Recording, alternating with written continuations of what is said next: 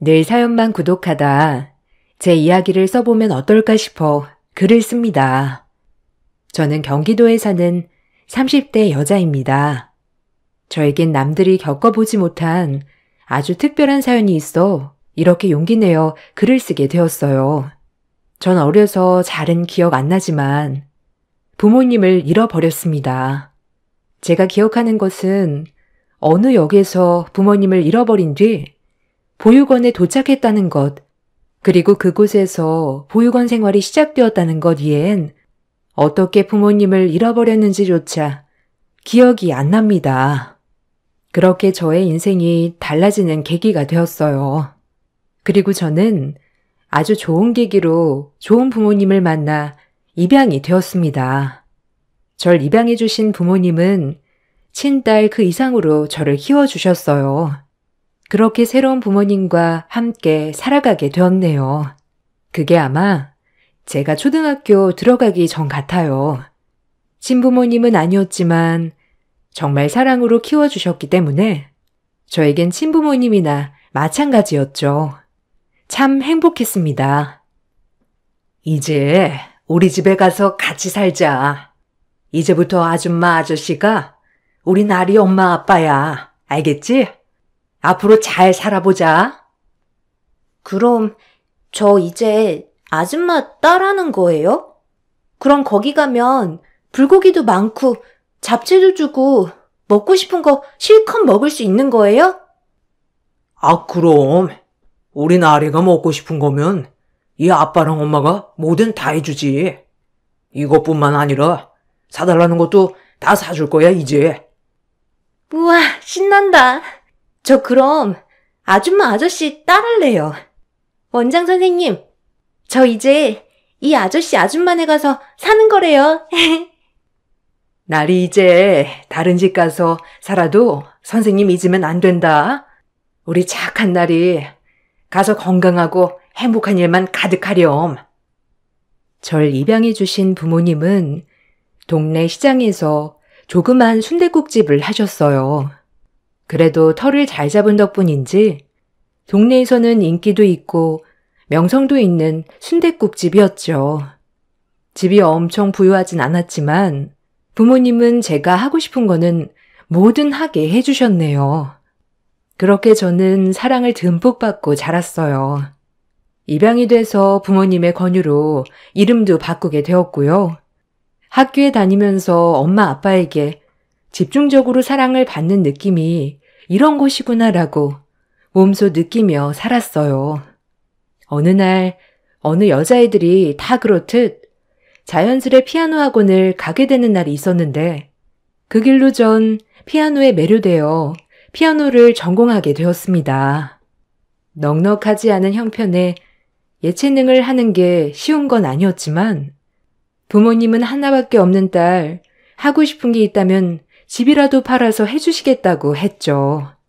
그렇게 전 피아노 전공을 하게 되었어요.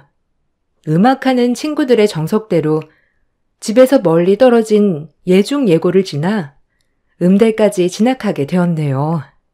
그만큼 피아노에 열정이 가득했습니다. 물론 학교를 다닐 때는 아빠가 많이 태워다 주셨어요. 집에서 학교가 멀었기 때문이죠.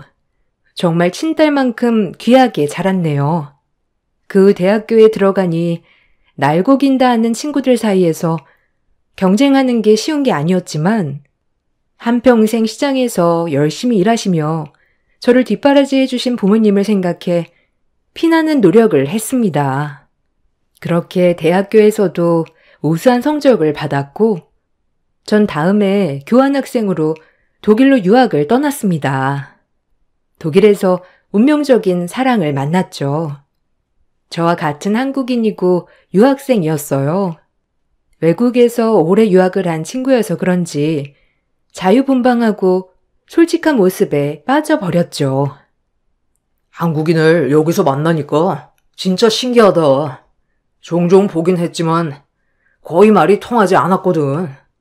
넌 진짜 말이 잘 통하는 것 같아. 나도 마찬가지야. 이렇게 외국에서 친구를 만나게 될 줄이야. 오빠의 마인드는 진짜 긍정적이고 배울 게 많은 사람 같아. 너야말로 진짜 부모님한테 사랑을 엄청 받은 게 느껴져. 긍정 에너지가 와닿는달까? 내가 긍정적인 친구를 좋아하거든. 진짜? 고마워. 사실 우리 부모님은 친부모님이 아니야. 초등학교 가기 전에 보육원에서 날 입양하셔서 지금까지 키워주셨거든. 뭐 친부모님이나 마찬가지지. 한 번도 엄마 아빠가 날 입양했다고 생각이 들진 않을 정도로 늘 잘해주셨거든. 덕분에 긍정적인 성격도 갖게 되었고.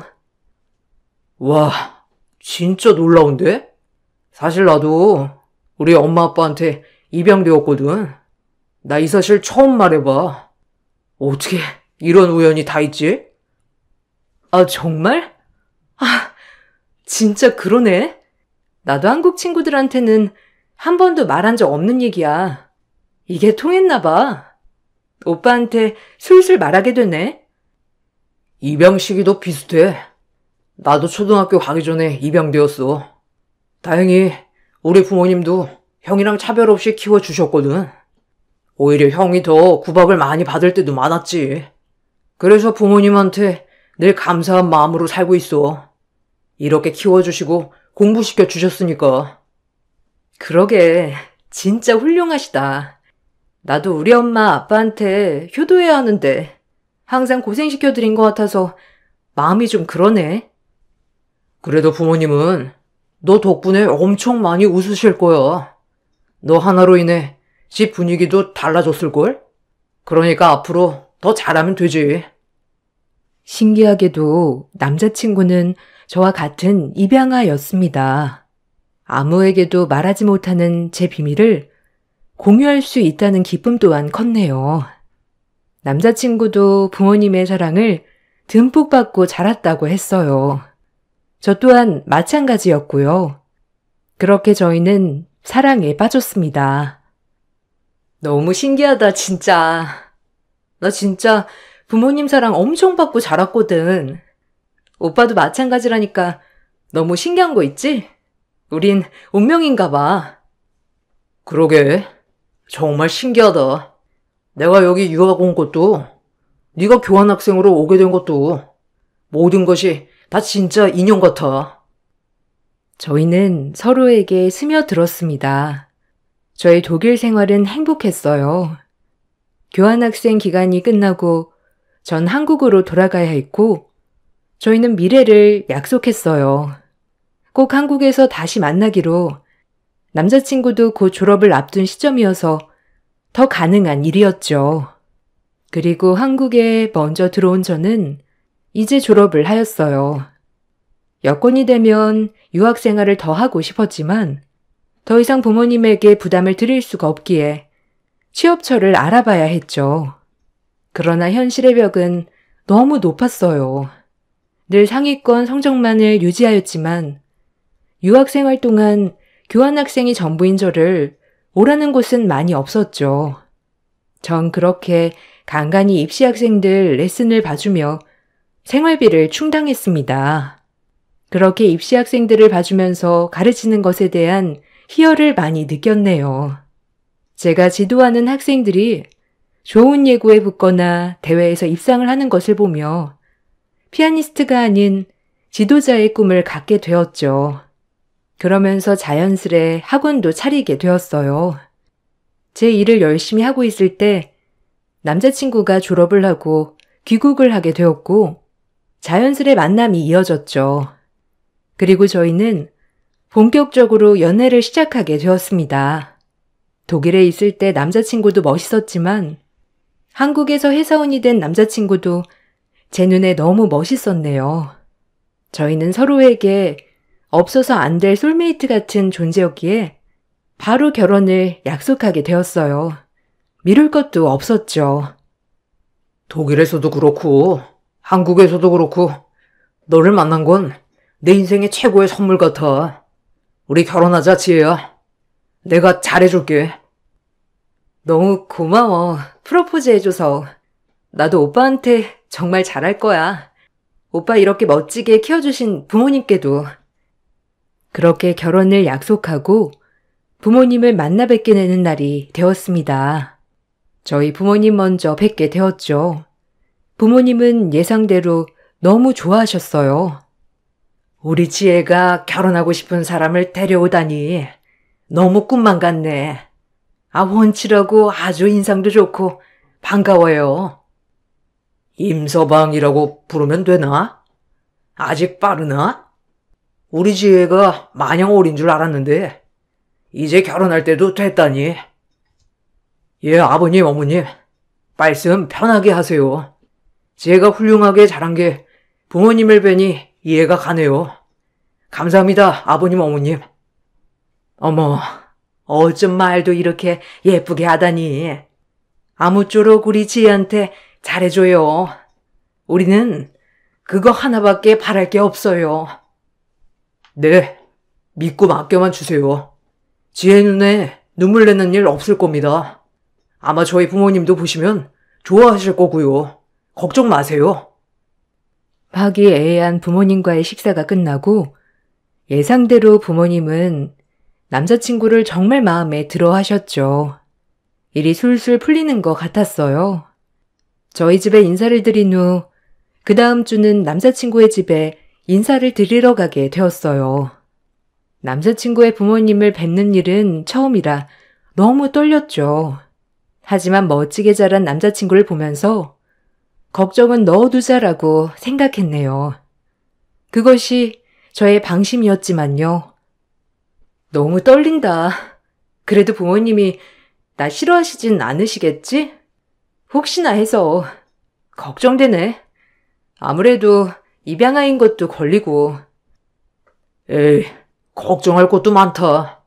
나도 입양아인데 뭐 부모님도 나 차별 없이 키우셨고 입양에 대해 편견 있으시진 않아. 괜찮아. 그래도 혹시 모르잖아. 꼭 좋아하셨으면 좋겠는데.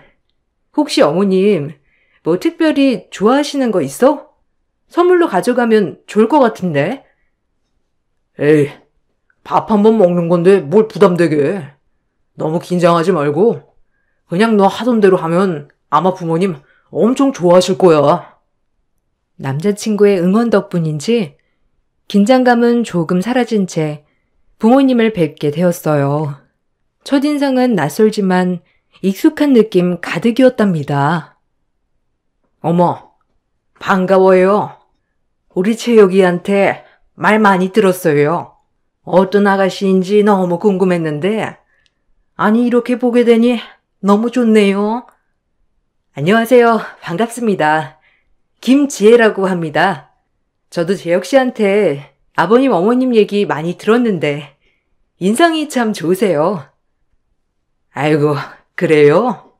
그렇게 말해주니 너무 좋네. 궁금한 게 참 많은데 우리 천천히 밥 먹으면서 얘기해요. 그렇게 예비 시부모님과 밥을 먹고 분위기는 하하호호 좋았어요. 그 얘기가 나오기 전까진 말이죠. 그 후로 살얼음판이 되었네요. 그럼 아버지 어머님은 뭐 하시나? 그래도 이렇게 훌륭하게 키워주신 거 보면 대단하신 분들 같은데 궁금하군. 아, 시장에서 장사하세요. 어려서부터 장사하시면서 제 뒷바라지 다 해주셨거든요. 아직도 하고 계시고요. 아, 무슨 장사요? 시장? 우리 재혁이가 이런 얘긴 도통 안 해줘서 처음 듣는 얘기네요. 그럼 시장 같은 거 하는 건가요? 아, 네. 순댓국집 하세요. 어려서부터 하셨던 거라 단골들도 많으시고 시장에서 오래 하셨거든요. 그래서 저 이렇게 키워주신 거고요. 제 말이 끝나기가 무섭게 예비 시부모님은 표정이 돌변했습니다. 표정이 돌변할 뿐만 아니라 그 즉시 자리에서 일어나셨죠. 더 이상 긴 말 필요 없겠네요. 아가씨, 잘 돌아가요. 더 이상 할 얘기 없을 것 같으니. 재혁아, 우리 간다. 이따 집에서 보자. 예비 시아버진 헛기침을 하시곤 못마땅한 얼굴로 저를 바라보셨고 예비 시어머니는 저렇게 말을 하시곤 두 분이 자리를 일어나셨습니다. 그리고는 식당 문을 나가셨죠. 순간 제가 어안이 벙벙해지며 이게 무슨 일인지 사태 파악을 하고 있을 무렵 남자친구는 곤란하다는 듯이 저에게 미안하다고 하기 시작했죠. 어이가 없었습니다. 순댓국 장사하는 게 크게 흠잡힐 일인가요? 정말 기가 막혔죠. 지혜야. 미안해. 부모님이 그냥 괜한 편견 때문에 그러시는 걸 거야. 내가 집에 가서 잘 설명할게. 너무 놀라지 마. 무슨 설명? 아니, 이게 설명이 필요한 일이야? 우리 부모님이 누구한테 죄 지은 거 아니잖아. 이게 설명까지 필요해? 그 뜻이 아니라 우리 부모님이 생각하지도 못한 것 같아서 아마도 그냥 자그마한 회사 운영하고 계신 줄 알았나 봐. 그게 무슨 상관인데. 회사 운영하는 집딸은 되고 순댓국집 운영하는 집딸은 안 되고? 자기도 이게 말이 된다고 생각해? 미안하다. 나도 우리 부모님이 그럴 줄은 몰랐어. 정말 미안해. 내가 할 말이 없다. 일단 오늘은 집에 가고 내가 다시 연락 줄게. 아니, 연락하지 마. 난 우리 부모님 무시한 사람들이랑 상종하고 싶지 않으니까. 기가 막혀. 나 갈게. 이제 연락 안 해도 돼. 그 길로 전 식당을 빠져나와 얼마나 울었는지 모릅니다. 한평생 내 부모님께 효도는커녕 받기만 했는데 이런 식으로 상처를 줄 순 없었기 때문이죠. 운명이라고 믿었던 남자친구와 이별을 하고 보니 정말 허탈했죠. 그렇게 전 일만 하며 보냈어요. 이별의 아픔이 쉽게 잊혀지진 않았지만 그래도 최대한 생각하지 않으려고 학생들 레슨을 무리하게 잡고 일만 했네요. 부모님은 결혼 얘기가 벌써 나와도 나와야 하는데 제가 아무 말도 없자 궁금해하시는 눈치였고요. 정말 면목이 없었네요. 지혜야, 아니 결혼 준비는 잘하고 있는 거야? 너 제육군네 부모님이랑 만나서 밥도 먹는다고 했잖아. 어떻게 된 거야? 그냥 뭐 그렇지. 결혼은 한 번 더 생각해 보려고. 이게 아무래도 중요한 일이니까 심사숙고해야지. 엄마는 걱정 마. 왜? 무슨 일 있는 거야?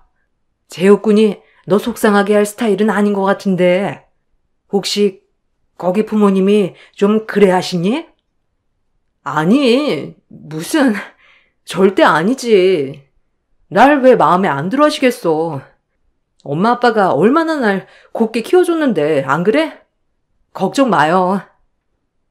엄마 아빠에게 차마 순댓국집 딸이라서 안 된다고 했다고 말하지 못했어요. 그냥 우리 둘의 문제라고만 애둘러 말을 했죠. 하지만 눈치 빠른 엄마는 분명 그 집 부모님께 인사를 간 뒤부터 결혼이 쉽지 않다는 것을 느꼈던 것 같습니다. 너무 속상했죠. 그리고 남자친구는 끈질기게 연락이 왔죠. 제가 연락을 받지 않자 학원에 찾아오고 저에게 빌고 빌었습니다. 너무 미안해 했어요. 미안해. 내가 사과할게. 우리 부모님이 그렇게 너한테 굴었던 거 내가 할 말이 없다. 그래도 헤어지자고 하지 말아줘. 그때 내가 다 설명했잖아. 난 우리 부모님 상처 줄 수 없고 그런 집에 시집 갈 수 없어. 내가 왜 그래야 해? 내가 못난 게 뭐가 있는데. 우리 엄마 아빠가 범죄를 저지른 것도 아니고 열심히 사시고 일한 죄밖에 없는데 우리 엄마 아빠한테 미안해서라도 안 되겠어. 나도 힘들어. 찾아오지 마 그러니까. 그리고 오빠네 어머님 아버님을 원망해. 나한테 그렇게 모욕 주신 대가니까. 남자친구에게 그렇게 말을 하고 모질게 뒤돌아갔네요. 하지만 남자친구는 포기하지 않았습니다. 저 역시도 그렇게 모질게 했음에도 불구하고 계속 찾아오는 남자친구를 외면할 수 없었죠. 그렇게 저희는 결국 다시 만나게 되었어요. 대신 남자친구가 부모님을 확실히 설득하는 조건으로 말이죠. 남자친구의 부모님은 저를 완전히 받아들인 것은 아니지만 남자친구가 무슨 말을 했는지 더 이상 저에게 모욕을 주시거나 하진 않았습니다. 그렇게 저희는 차츰 다시 만나게 되었어요. 저희 부모님은 물론 좋아하셨고요. 다시 만나게 되니 더욱더 좋아졌어요. 그렇게 결혼을 준비하며 저는 남자친구의 집에 자주 가게 되는 날이 많았어요.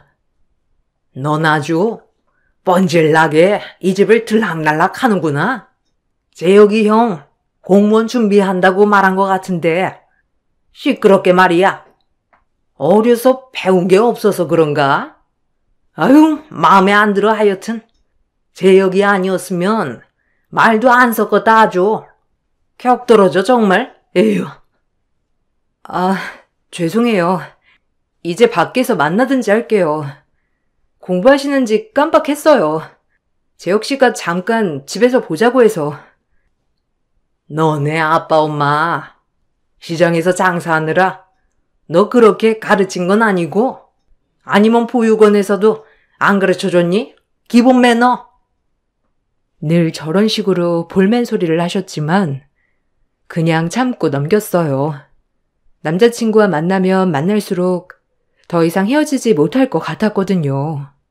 시부모님은 저희 집이 순댓국집이라서 싫어하는 거였습니다. 정말 단순했어요. 본인 아들도 입양아 출신이지만 본인들은 교육자이니 어려서부터 잘 키웠다 이거죠. 너무 모순이었어요. 본인들은 입양을 해도 잘 키우고 식당하는 부모님들은 못 키운다는 그런 고정관념. 간간히 집에 가면 남자친구의 형님과도 마주쳤지만 딱히 대화는 없었고요. 간혹 형님이 절 빤히 쳐다보고 하셨지만 공무원 준비를 집에서 오래 하다 보니 사회성이 없어서 그런가 보다 했네요. 별다르게 생각하진 않았고요. 남자친구에게 듣기로는 형은 부모님들의 친자식이었고 어려서부터 공부하는 담을 쌓아 지금 졸업 후 계속 공무원 준비만 하고 있다고 들었어요. 그래도 집이 부유하여 언젠간 시업에 붙으면 된다는 마인드라고 했고요. 참 속으로 한심했죠. 그런 사람들이 우리 부모님을 욕할 수 있는지 싶었거든요. 기분은 너무 나빴지만 철저히 남자친구만을 위해 참았어요. 한편으론 남자친구 부모님께서 저와 같이 남자친구도 입양하여 키웠으니 내심 속으로는 인품이 훌륭하실 거다라고 합리화하면서 말이죠. 차마 부모님께는 부모님 직업이 마음에 들지 않아서 나를 안 좋아하신다고 말하지 못했네요. 부모님은 제가 그 집에서 사랑받는 줄 아셨죠. 그렇게 저희는 결혼 준비를 해나갔습니다. 어머님이 준비해오라는 예단이 무리가 많이 갔지만 저도 이제 어엿한 사회인으로서 돈도 모아둔 상태였고 학원이 입소문을 타 잘 되고 있었기에 예단을 해가는 것은 문제가 되지 않았어요. 그리고 남자친구가 본격적으로 본인의 형과 같이 셋이 식사를 한번 하자고 하더라고요. 이제 결혼할 사이니까 자주 봐야 되지 않겠냐며 말이죠. 항상 남자친구 집에만 가면 형은 방에서 공부를 하고 있거나 도서관에 가 있던 상태였기 때문에 친해질 기회가 될 것 같아 좋았죠. 그리고 같이 밥을 먹기로 한 날이 다가왔어요. 형과 처음으로 이렇게 오래 대화를 해본다니 좀 설레기도 했습니다. 너무 폐쇄적인 사람이라고 생각했기 때문이죠. 와, 이렇게 재혁 오빠가 자리 만들어주니까 이제서야 제대로 된 대화를 해보는 것 같아요. 제가 뭐라고 부르면 좋을까요? 아, 그러게요. 그냥 뭐 오빠라고 해도 좋고 아니면 그냥 재훈 씨라고 해도 좋고요.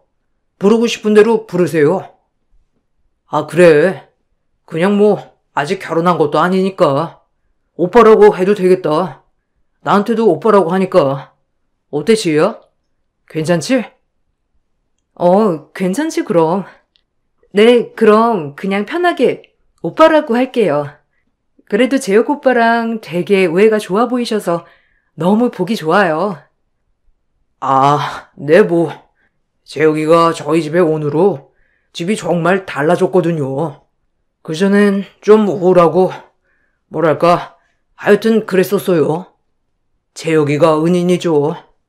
부모님도 재혁이 덕분에 많이 밝아지셨고, 그래서 진짜 고마운 동생이에요. 그리고 밝은 지혜씨 만나서 더 좋고요.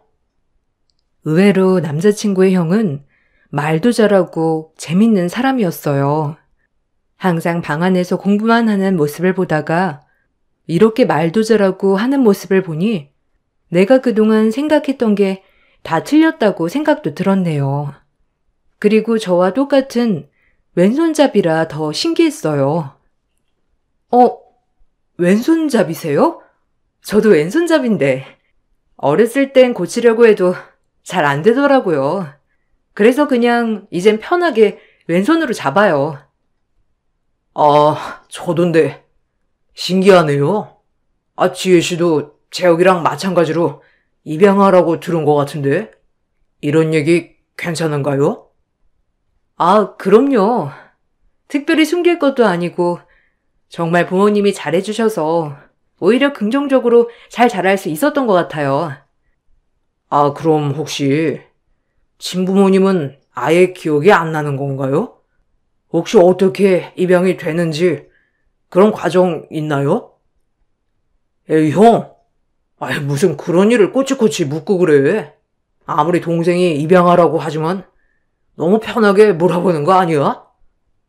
아, 괜찮아, 나는. 사실 정말 기억이 안 나요. 그냥 부모님을 잃어버린 것 같고, 그냥 보육원이고, 그리고 입양된 거거든요. 그 전에 기억이나 이런 것들이 잘 생각이 안 나서 저도 그게 참 의문이긴 하죠. 참 바보 같죠? 중요한 얘긴데 기억이 안 나다니. 아니에요. 그럴 수도 있죠. 그냥 좀 궁금해서. 혹시 기분 나쁘셨던 건 아니죠?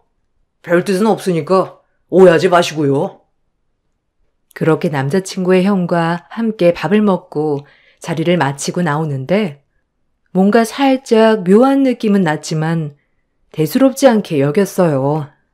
처음으로 많이 대화를 해본 것도 신기했고요. 이제 정말 가족이 되려나 보다 싶었네요. 그리고 저희는 곧 상견례를 준비했어요. 혹시라도 그쪽 부모님이 우리 부모님에게 신뢰를 범해 우리 부모님의 기분이 나빠지진 않을까 걱정했지만 남자친구가 부모님께 신신당부를 하겠다고 하였죠. 하지만 역시 변하진 않았어요. 본인들이 교육자라고 해서 순댓국 장사를 무시하는 행동은 변하지 않았습니다. 상견례 당일 부모님께서 먼저 식당에 들어가셨고 전 따로 들어가려고 했었죠. 그리고 전 식당 마당에서 남자친구 부모님을 마주쳤습니다. 남자친구 부모님의 모습을 보고 멘붕이었네요. 아주 어이가 없었습니다. 정말 저희 집을 무시해도 유분수지 입이 다물어지지 않았죠. 오셨어요? 근데 혹시 사정이 있으셨나요? 아버님 옷차림이랑 어머님 옷차림이 어디 갔다 오신 것 같은데 아닌가요? 예비 시부모님의 옷차림은 가관이었죠. 어머님은 등산복에, 아버님은 조기축구의 유니폼을 입고 오신 거였습니다. 저희 엄마 아빠는 오늘 상견례 자리에 나온다고 때 빼고 광내고 제가 옷도 마련해드리고 그렇게 설레는 마음으로 나오셨는데 참을 수가 없었죠. 뭐 대단한 집이라고 가져 입고 오냐? 그냥 편하게 밥 한번 먹는 자리인데 안 그러냐? 아마 그쪽 바간 양마들도 이게 더 편하실 테고. 아빠, 엄마, 이게 뭐예요? 지금 지혜네 부모님은 격식 있게 차려입고 오셨는데 꼭 이러셔야만 했어요? 엄마, 아빠, 원래 그런가요? 재혁이 너 아주 체만 나고 편했어. 말대꾸 한번 하지도 않던 착한 우리 아들이 쟤 만나고 따박따박 말대꾸를 하질 않나? 정말 너무들 하시네요. 차라리 이 결혼 죽어도 못 시킨다고 하시지. 꼭 이렇게 저희 부모님께 모욕을 주셔야만 하나요? 그렇게 입씨름을 하고 있을 때 예비 시아버님과 시어머님은 제 말이 끝나기도 전에 식당에 들어갔습니다. 더 이상 들을 필요도 없다는 듯이 말이죠. 그렇게 저희 부모님과 인사를 나누셨고 저희 아빠 엄마는 표정 관리가 되지 않아 어쩔 줄 몰라 하셨어요. 아유, 안녕하세요. 지혜 애비 되는 사람입니다. 처음 뵙겠습니다. 아이고, 운동하시나 봐요. 건강해 보이시고 너무 좋은데요? 애써 운동복 차림에 대해 좋게 포장해서 말하는 아빠를 보니 마음이 무너져 내릴 듯 아파졌죠. 과연 제가 엄마 아빠에게 입양이 되고 효도를 한 적이나 있나 싶을 정도로 죄책감이 들었습니다. 매번 상처만 드리는 것 같아 너무 죄송했네요. 그렇게 눈물을 참았어요. 네, 안녕하십니까? 아, 뭐 편하게 왔습니다. 그냥 밥 한번 먹는 자리인데 빼볼 필요 있나요? 그럼 앉으시죠. 아, 네. 그러시군요. 그렇죠, 뭐. 편한 게 좋죠. 그럼 애들 결혼은 언제쯤 하는 게 좋을까요? 혹시 생각해 두신 날짜 있으세요? 저희는 애들이 원하는 날짜가 있으면 그렇게 하라고 말을 했는데 혹시 원하시는 날짜가 있는지 의견 있으시면 말씀해 주세요. 날짜요? 아직 생각을 안 해봤는데 그래도 한 3, 4년은 만나봐야 하지 않을까요? 우리 아들 성화에 못 이겨서 나왔는데 저희는 아직은 결혼시킬 생각은 별로 없거든요. 지혜가 영 마음에 안 드는 건 아닌데 여러모로 수준 차이가 많이 나니까. 결국 예비 시어머니는 저희 엄마에게 대못을 받고 말았죠. 그땐 정말 참을 수 없었네요. 저도 모르게 큰 소리를 내버렸어요. 정말 너무하신 거 아니에요? 도대체 뭐가 그렇게 잘나셨어요? 어머님, 아버님, 정말 뭐라도 되세요? 아니, 뭐가 돼도 그렇지. 사람 위에 사람 없고 사람 말에 사람 없는 거지. 똑같은 사람으로서 어떻게 그런 식으로 표현할 수 있으세요? 저도 안 하네요, 이 결혼. 지혜야, 진정해. 사돈어른 말씀 먼저 잘 들어보고 어디서 큰 소리를 내니? 어른들 앞에서 너 엄마가 그렇게 키웠어? 그렇게 실랑이를 하고 있을 무렵 예비 시숙이 상견례장에 늦게나마 도착을 했죠. 저희끼리 언성이 높아지고 있을 때 시숙 한마디에 모두 다 조용해지고 전 머리를 한 대 툭 맞은 것 같은 느낌이었어요. 어떻게 세상에 이런 우연이 있을지 정말 어이가 없었죠. 아빠, 엄마, 지혜, 내 동생 날이에요. 임날이. 처음 볼 때부터 익숙하다 했어요. 내가 지금 날이네 보육원 갔다 오는 길이에요. 그때 장흥역에서 온 거 맞대요. 저랑 똑같이 왼손잡이. 그리고 어려서 우리 둘이 놀 때 흉터 남은 손바닥 상처까지 날이에요, 엄마. 순간 정적이 흘렀죠. 시숙의 말을 끝으로 예비 시어머니와 시아버지는 깊은 숨을 거칠게 몰아쉬며 사실이냐고 물었어요. 그게 무슨 소리야? 그럼 형 여동생이 지혜라고? 아니, 그게 말이 돼? 아니, 그럴 리가 없잖아. 이게 무슨 운명의 장난이야? 그럴 리가 있어? 우리가 나리를 얼마나 찾으러 다녔는데 이렇게 앞에 두고도 몰랐다고? 너 정말 임나리 맞아? 아이고, 내 딸을 내가 이제야 찾는다니. 미안하다. 그동안 엄마가 너무 모질게 굴었지. 우리 딸 이렇게 예쁘게 키워주신 분들한테 우리가 무슨 죄를 저지른 거냐 도대체. 미안해, 나리야. 엄마 아빠를 용서해 주겠니? 아니, 용서해 주렴, 제발. 나리는 입양되기 전 제 이름이에요. 성은 기억 안 나고요.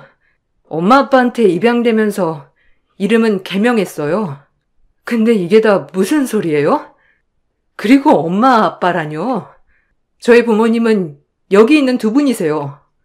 함부로 말씀하시지 마세요. 제 생각은 변함없습니다. 아이고, 나리야.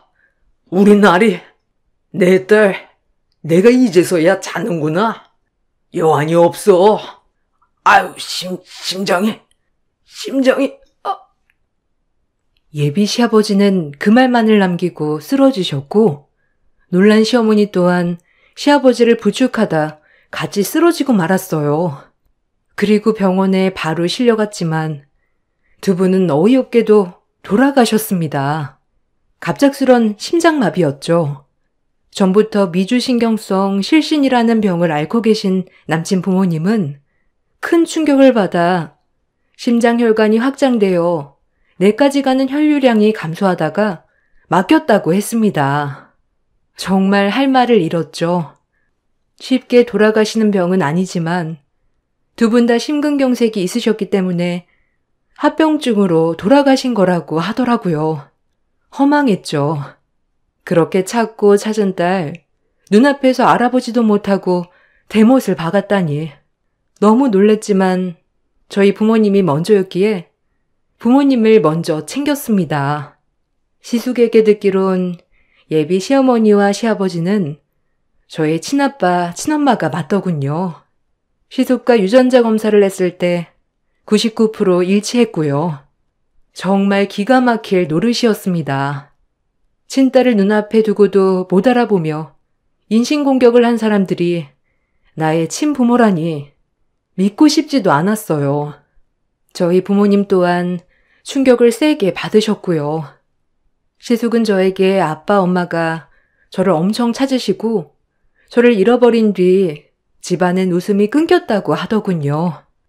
엄마의 우울증이 날로 극심해져 제가 어디 가서라도 잘 살았으면 좋겠는 마음에 친아들같이 키울 재혁 씨를 입양해 저를 키우듯이 키웠다고 하더라고요. 제가 어딜 가서도 예쁨 받길 바라는 마음으로요. 눈앞에 일어난 사실임에도 믿고 싶지 않았습니다. 재혁 씨와는 고민 끝에 헤어지기로 했습니다. 그리고 전 저희 친부모님으로 인해서 혹시나마 저희 양부모님이 상처를 입으셨을까 또 한 번 부모님께 죄스러웠네요. 그리고 전 친부모님의 장례에 가진 않았고요. 솔직히 눈물도 안 나왔어요. 저희 친부모님이라고 하지만 너무 얼떨떨하고 전까지 저에게 그렇게 모질게 굴던 분들이라 애초에 마음이 가지 않더군요. 그리고 절 왜 잃어버리셨을까 하는 원망도 들었고요. 전의 일은 세세하게 기억하지 못하지만 저에게 상처 주신 마음 그대로 제가 대가품했다고 생각했네요. 지금은 마음 정리를 많이 했고 그나마 이 글을 쓸 수 있을 정도까지 되었습니다. 전 언제까지나 저희 부모님께 정말 잘하는 딸이 되고 싶고 그때 파혼한 것도 후회하지 않아요. 물론 시숙과도 만나지 않고 있고요. 세월이 지나 친오빠는 한번 만나볼 수 있지 않을까 하는 생각도 들긴 하지만 아직은 쉽지 않네요. 무슨 운명에 이끌리든 만난 남자의 양부모님이 저의 친부모님이었다니. 아직도 믿기지 않지만 앞으로 제가 살아갈 날이 더 많으니 그냥 하나의 추억으로 간직하려 합니다. 문득 가슴에 사무쳐 눈물이 터져 나올 때도 있지만 내심 집안 형편으로 저울질하는 분들이 나의 친부모님이었다고 생각하면 못 견딜 정도로 화도 나네요. 이렇게 인품 훌륭하신 양부모님 밑에서 자란 것이 축복인 것 같기도 하고요. 언제쯤 저희 부모님께 모든 걸 다 갚으며 살 날이 올까요? 그날까지 전 열심히 살 거고 저희 엄마 아빠에게 좋은 딸이 되도록 노력할 겁니다. 긴 글 읽어주셔서 감사합니다. 새천년 행복한 일 가득하세요. 안녕하세요. 저는 태안에 살고 있는 30대 중반 여자입니다.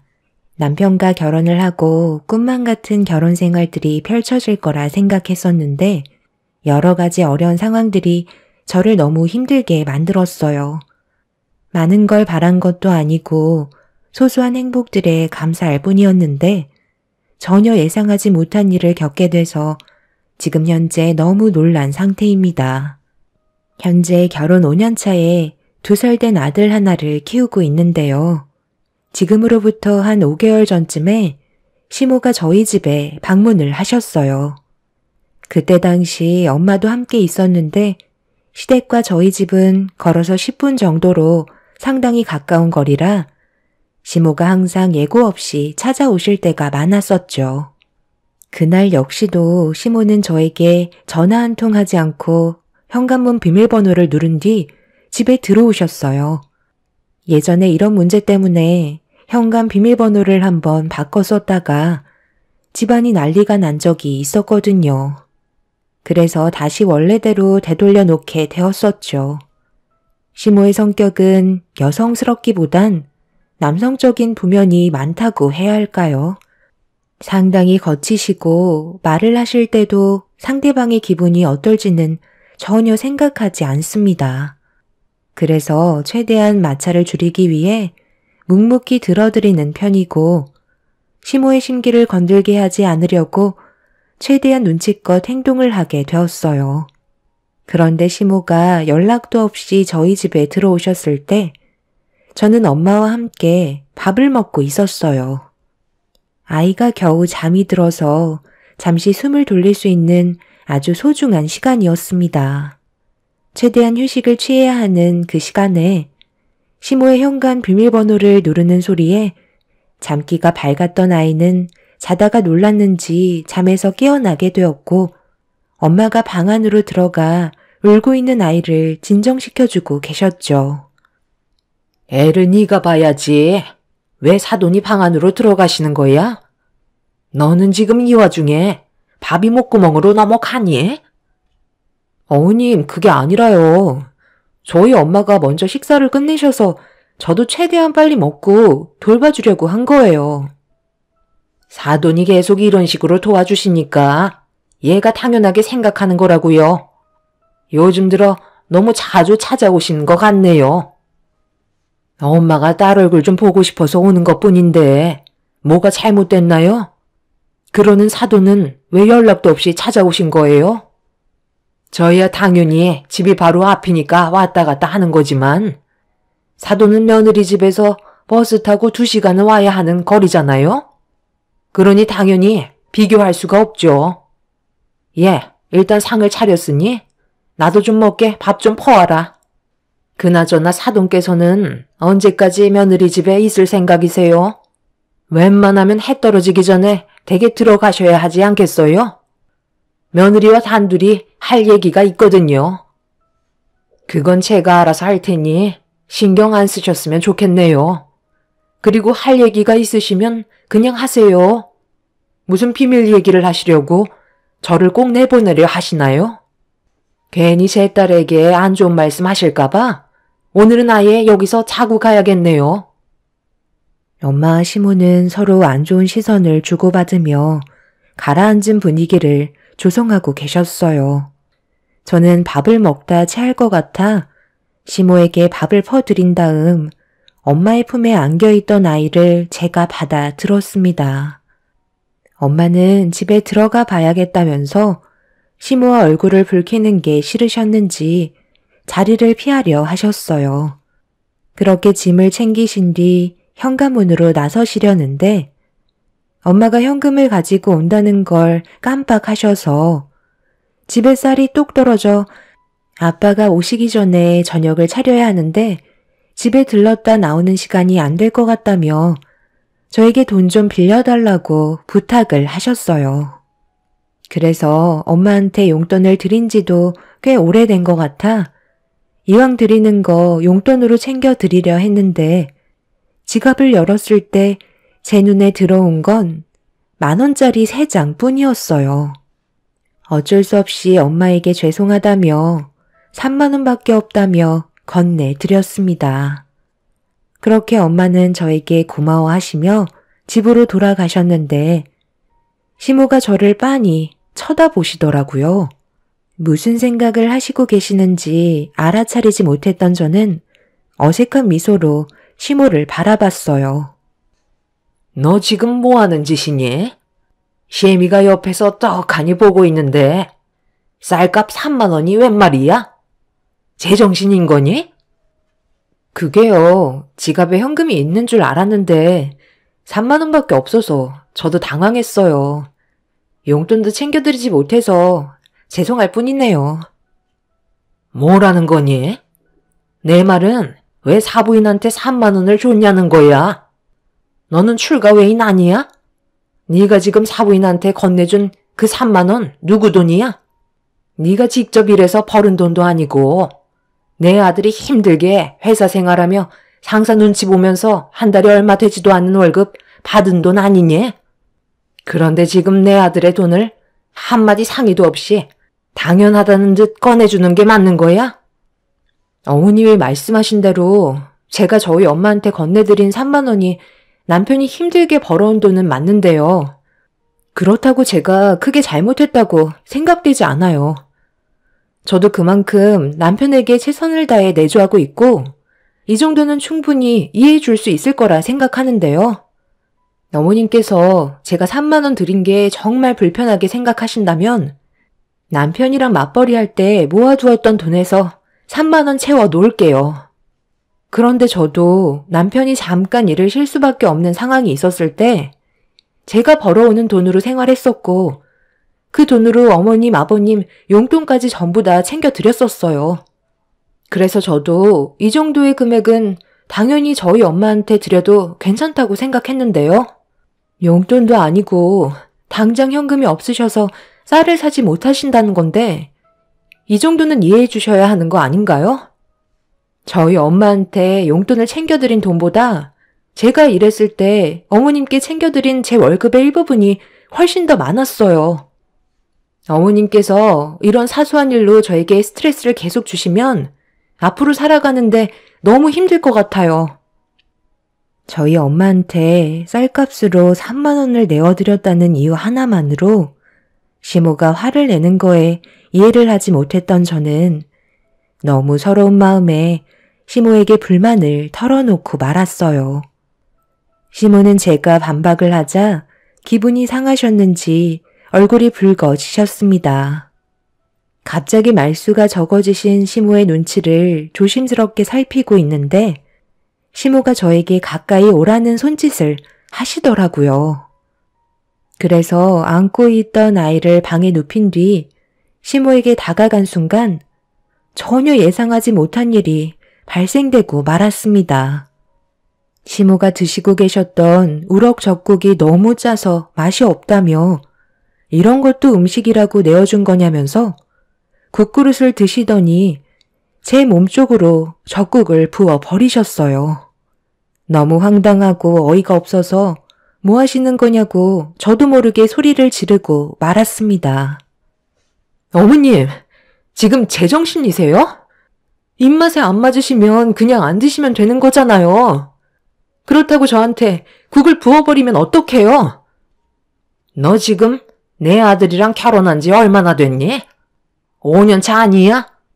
그런데 아직까지 음식을 이런 식으로밖에 못 만들어? 저는 마음만 좋던데요. 그리고 어머님이 방금 저한테 부어버린 젓국은 저희 엄마가 만들어주신 거라고요. 어머님은 그동안 저희 집에 오셔서 한 번이라도 음식을 만들어주신 적이 있으세요? 시도 때도 없이 오셔서는 맨날 지적만 하시고 좋은 말은 단 한 번도 해준 적이 없으셨잖아요. 이렇게 사는 건 정말 아닌 것 같아요.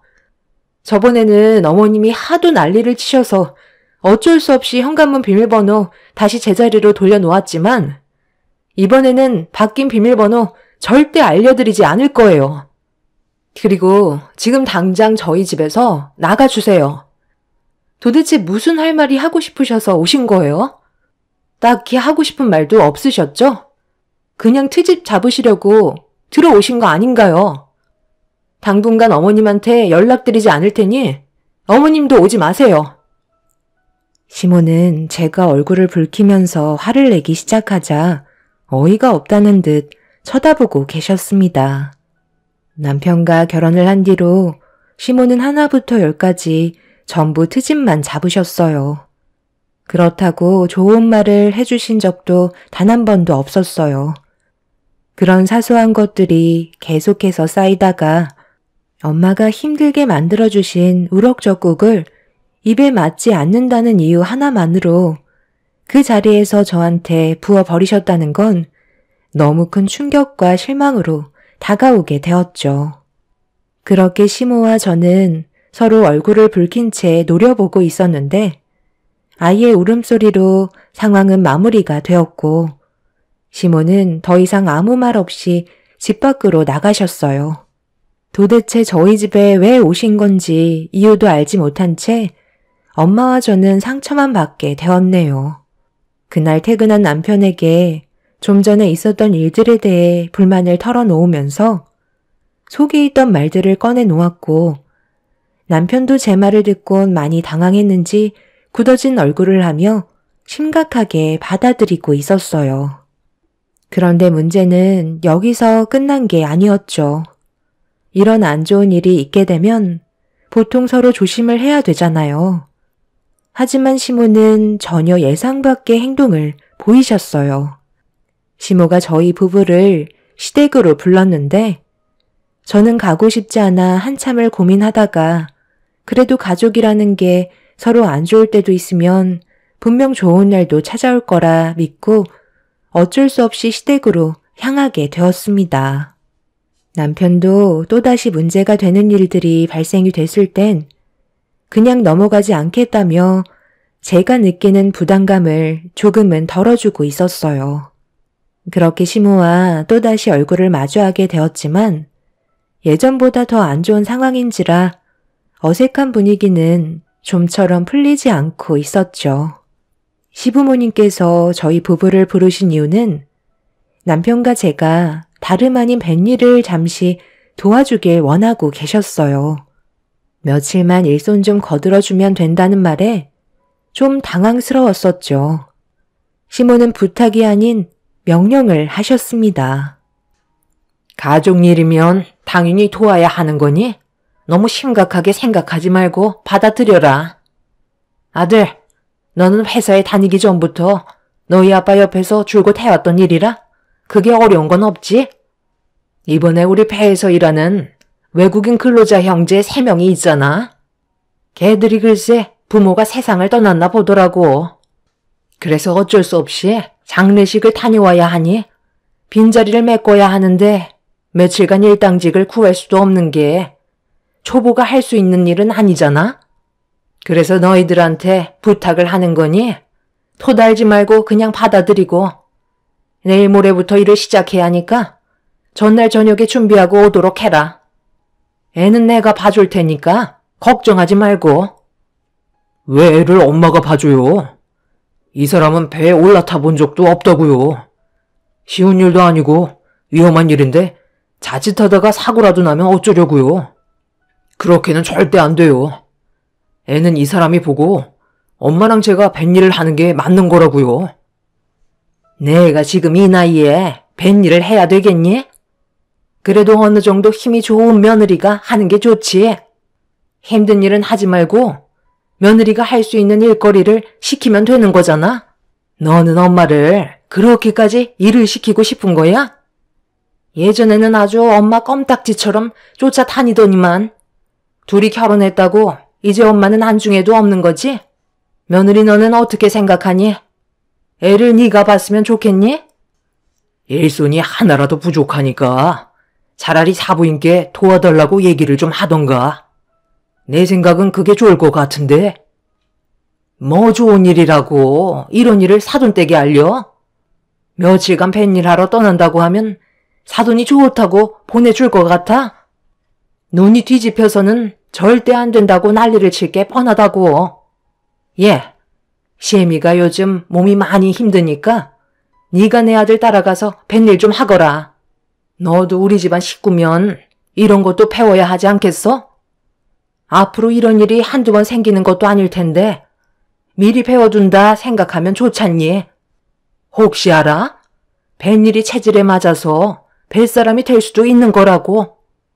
손자는 내가 알아서 볼 테니 이번에 좋은 경험한다 생각하고 며칠간만 고생 좀 하고 오도록 해라.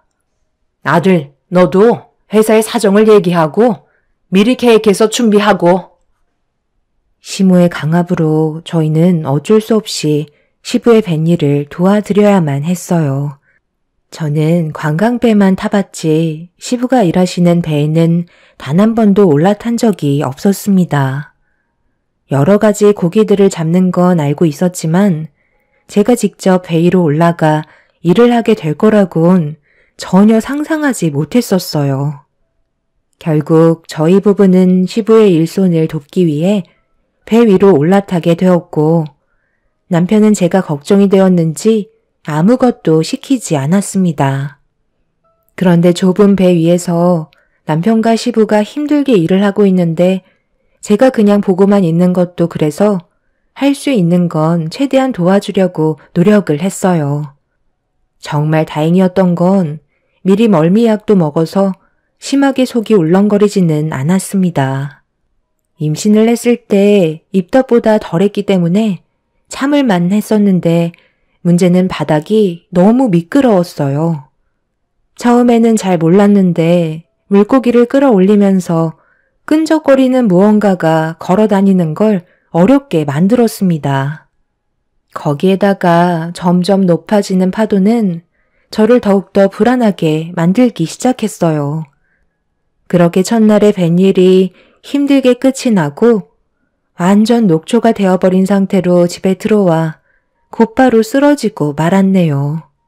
그리고 그 다음날도 동이 트지 않은 새벽 시간에 배를 타고 먼 바다로 나가 파도와 싸우며 남편과 시부가 시키는 대로 움직이면서 일손을 도와주던 도중에 갑자기 현기증이 몰려왔어요. 안 하던 일을 해서 그런지 어지러움이 갑작스럽게 왔었는데 제가 잡고 있던 줄을 놓치게 되면서 순간적으로 넘어지게 되었고 심한 파도의 너울이 제 몸을 통제하지 못하게 만들었습니다. 남편은 넘어진 저를 붙잡아 주려고 걸어오는데 큰 물고기가 잡혔을 때 끌어올리는 갈고리에 제가 굴러가다가 쿵하며 부딪히면서 순식간에 어깨를 관통하게 되었고 너무 고통스러운 나머지 비명을 지르고 말았습니다. 시부와 남편은 그 광경을 보고 사색이 된 얼굴로 모든 일을 중단하고 저에게 뛰어왔어요. 남편이 불안해하면서 몸에 박혀있는 갈고리를 빼내려 하자 시부가 남편을 말리면서 갑자기 빼내면 더 큰일 난다고 그대로 병원에 가야 한다는 충격적인 말을 꺼내셨어요. 갈고리를 빼내는 순간 상처 부위에 더 크게 오염이 될 수 있다며 서둘러 병원으로 가기 위해 급하게 뱃머리를 돌리셨어요. 병원을 가는 동안에도 정말 참기 힘들었던 건 배가 파도에 휘청거리니 계속해서 어깨에 통증을 유발했습니다. 그렇게 2시간 동안 달려서 겨우 선착장에 도착을 했고 저는 거의 실신이 될 정도로 많이 지쳐있는 상태였어요. 선착장에 계시던 분들은 제 어깨에 관통이 된 갈고리를 보곤 경악을 하면서 걱정을 하셨습니다. 시부는 남편에게 서둘러 병원으로 출발하라고 차키를 넘겨주셨고 시부는 곧 뒤따라 가겠다며 조업을 마치지 못한 상황이라 다른 일행분에게 대신 조업을 끝내달라고 부탁을 하고 계셨네요. 그렇게 저는 병원에 도착해 어깨를 관통한 갈고리를 빼내기 위해 상태가 어떤지 살피고 있었는데 꽤 심각한 상황인지 전신마취를 해야 한다며 치료가 쉽지 않을 거라는 진단을 받게 되었습니다. 결국 저는 수술대 위로 올라가게 되었고 몇 시간 뒤 긴박했던 상황은 겨우 마무리가 되었습니다.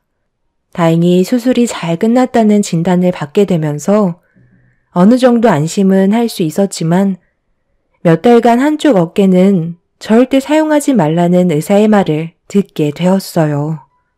어깨는 제가 움직이지 않으려 해도 저절로 움직여지기 때문에 깁스를 한 상태라도 수술 부위에 염증이 생길 수가 있어서 한동안 입원을 하면서 몸의 상태를 살펴봐야만 했어요.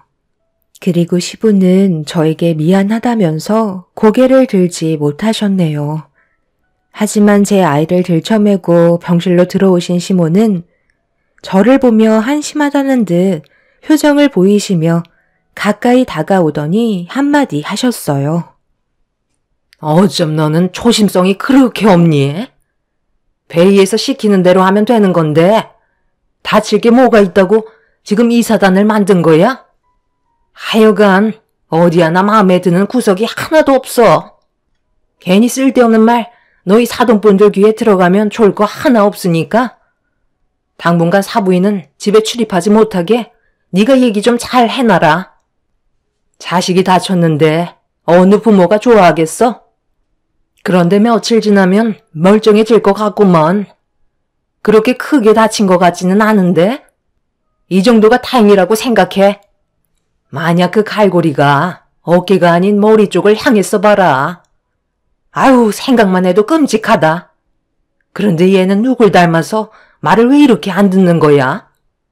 내 아들은 아기 때도 얌전했었는데 얘는 통제가 안 될 정도로 사방팔방 돌아다니면서 한시도 쉬지 못하게 만들어서 내가 정말 힘들어 쓰러지겠다. 어차피 너는 이제 할 것도 없으니까 네 아들 도로 데려가라. 병원에 입원해 있는 동안 충분히 돌봐줄 수 있잖아. 다행히 왼쪽 어깨가 다친 거니 오른손으로 뭐든 다 할 수 있는 거 아니니?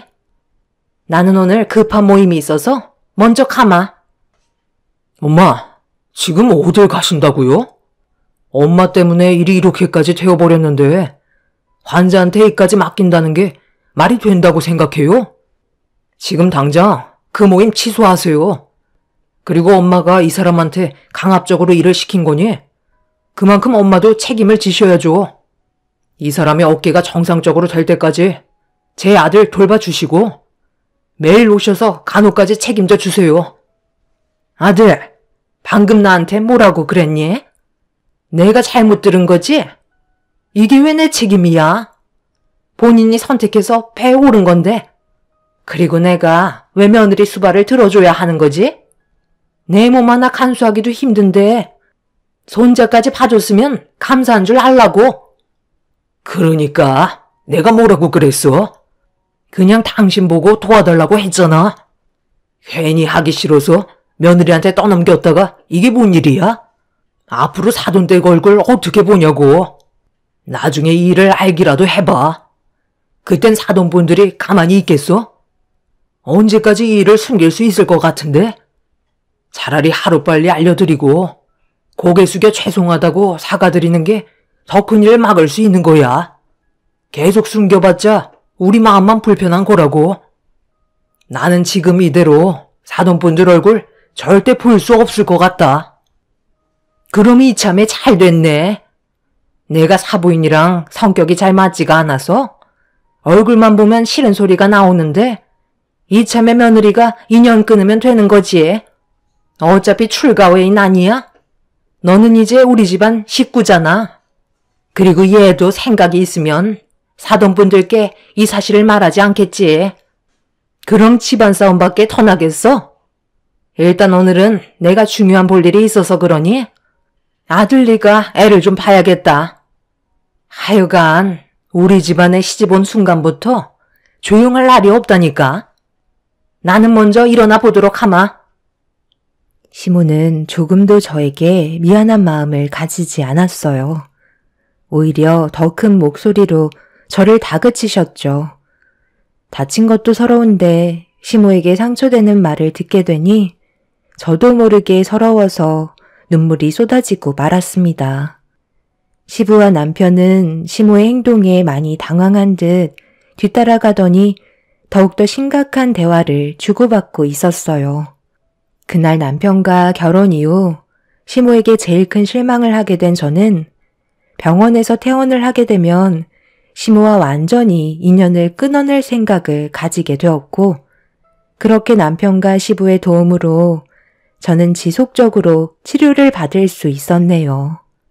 시모는 온갖 불만을 털어놓으면서 제 아들을 돌봐주는 거에 대해 상당히 짐스럽게 생각하고 계셨어요. 아들 손자까지 낳아줬는데 이런 수모를 겪는 건 너무 불쾌했고 태어날 때까지만 꾹 참으며 때를 기다렸습니다. 그렇게 온갖 서러움 다 품은 채로 치료가 끝난 뒤 집으로 돌아갈 수 있었지만 어깨 통증은 지속적으로 저에게 고통을 주고 있었죠. 남편의 도움을 받아 통원 치료하면서 최대한 어깨를 안 쓰려 했었지만 육아를 하는 저로서는 그게 잘 되지 않더라고요. 그리고 제가 퇴원을 하고 난 이후부터 시모는 저에게 조금도 도움을 주려 하지도 않았고 전화조차 한 통 한 적이 없었어요. 최대한 조심스럽게 움직이려 했지만 날이 가면 갈수록 어깨에 무리가 오게 되면서 한계에 달해 결국 저희 엄마에게 도움을 요청하고 말았습니다. 최대한 걱정 끼쳐드리고 싶지 않아 어깨를 다쳤다는 사실을 숨긴 채 엄마의 도움을 받고 있었는데 이제 막 빨빨거리며 집안을 돌아다니기 시작한 아이가 한시도 가만히 있지 않아 매번 불안했었는데 하필 엄마가 오셨을 때 아들이 식탁 위로 기어 올라갔고 잠깐 화장실에 다녀온 사이 그 모습을 본 저는 경악을 하며 떨어지려는 아이한테 달려가 끌어안으면서 넘어진 순간 완벽하게 낫지 않았던 왼쪽 어깨가 바닥으로 부딪히게 되면서 저는 결국 고통을 참지 못한 채 비명을 지르고 말았네요. 엄마는 제가 어깨를 부여잡고 눈물을 흘리는 모습을 보시더니 급하게 달려오셔서 어깨를 살피셨고 결국 수술 자국이 드러난 순간 엄마의 얼굴은 사색이 되고 말았습니다. 떨리는 목소리로 저에게 어떻게 된 거냐며 호흡을 가다듬지 못하시면서 물어보시는데 차마 입을 열지 못한 채 고개를 떨구고 있었어요. 그런데 하필 그날 시부가 초인종을 누르면서 먹을 것 좀 사왔다고 밝은 얼굴을 하시며 인터폰을 바라보고 계셨네요. 엄마가 눈물을 훔치시면서 현관문을 열어주는 순간 시부는 엄마의 얼굴을 보자마자 들고 계신 봉투를 바닥에 떨어뜨리셨고 시부는 엄마의 얼굴에 흐르는 눈물을 보시고 눈치를 채셨는지 1초도 고민하지 않으시고 그 자리에서 무릎을 꿇으셨네요. 그리고 모든 상황을 설명하셨습니다. 엄마는 결국 오열을 하며 시부뺨을 내려치셨고 당장 모두를 집 안으로 불러들이라면서 화를 가라앉히지 못하셨네요. 시부는 몇 번이나 엄마에게 죄송하다는 말을 반복하시면서 시모와 남편을 서둘러 저희 집으로 부르셨습니다. 그렇게 모두가 한자리에 모이게 되었고 엄마는 제 몸에 난 상처를 보시며 괴로움의 하소연을 시작하셨어요. 이렇게 될 거라는 거 예상 못한 거 아니잖아요. 이제 어쩔 거예요. 제 딸의 어깨에 평생 후유증으로 남게 될지도 모르는 상처를 남기셨는데 이거 어쩔 거냐고요. 육아를 하는데 어깨가 얼마나 중요한 역할을 하는지 다들 모르시는 것도 아니잖아요. 그런데 이건 저희 잘못이 아니죠. 도와달라고 한 건 맞는데 다친 건 개인 부주의 아닌가요? 우리가 뭘 어떻게 해줄 수 있겠어요? 그럼 저희 딸이 지금 몸이 온전치 않고 사돈께서 조금이라도 미안한 마음을 가지고 계셨다면 몸이 완전히 회복이 될 때까지는 옆에서 손자를 돌봐줘야 하는 게 당연한 거 아닌가요? 언제는 가족 운운하시더니 정작 정말 도움이 필요할 때는 왜 모른 척 하시는 거죠? 한 번도 해본 적 없는 뱃일을 시켰을 때 가족 얘기 꺼내지 않으셨나요? 그럼 제 딸이 다친 것도 가족들의 책임인데 사돈은 조금도 짐을 지지 않으시겠다는 거네요. 신서방, 앞으로 어떻게 할 거야? 내 딸이랑 계속 살 거야? 아니면 이혼할 거야? 나는 지금 이 상태론 사돈분들의 며느리로 남게 할 생각이 조금도 없는데 당장 선택하게.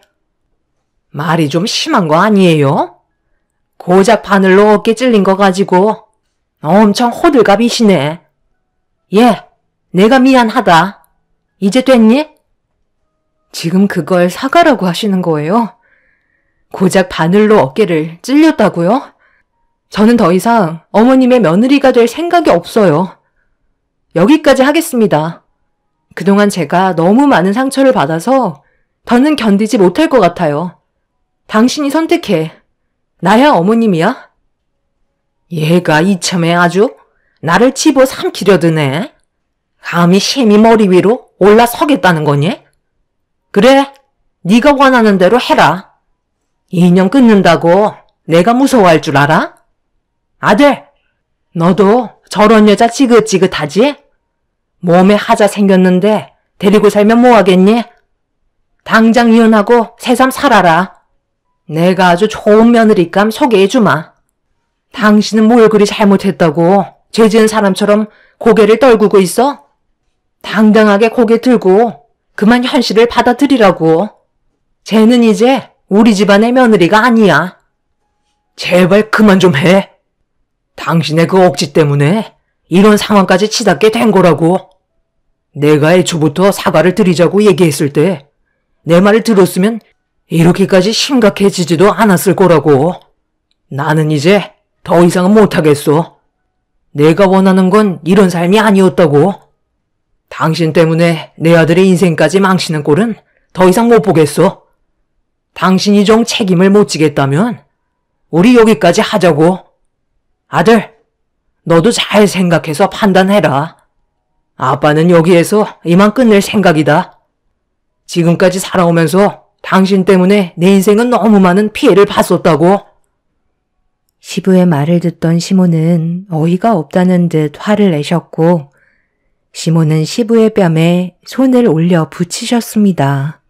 시부는 저희 엄마한테 죄송하다며 자리에서 일어나신 뒤 현관문으로 나가셨어요. 남편도 시부의 편에 서서 시모와 함께 할 수 없을 것 같다며 시모를 밖으로 내쫓아 버렸습니다. 한참 동안 현관문을 두드리면서 남편에게 난리를 치시던 시모는 끝까지 자기 잘못에 대해 인정을 하지 않으셨어요.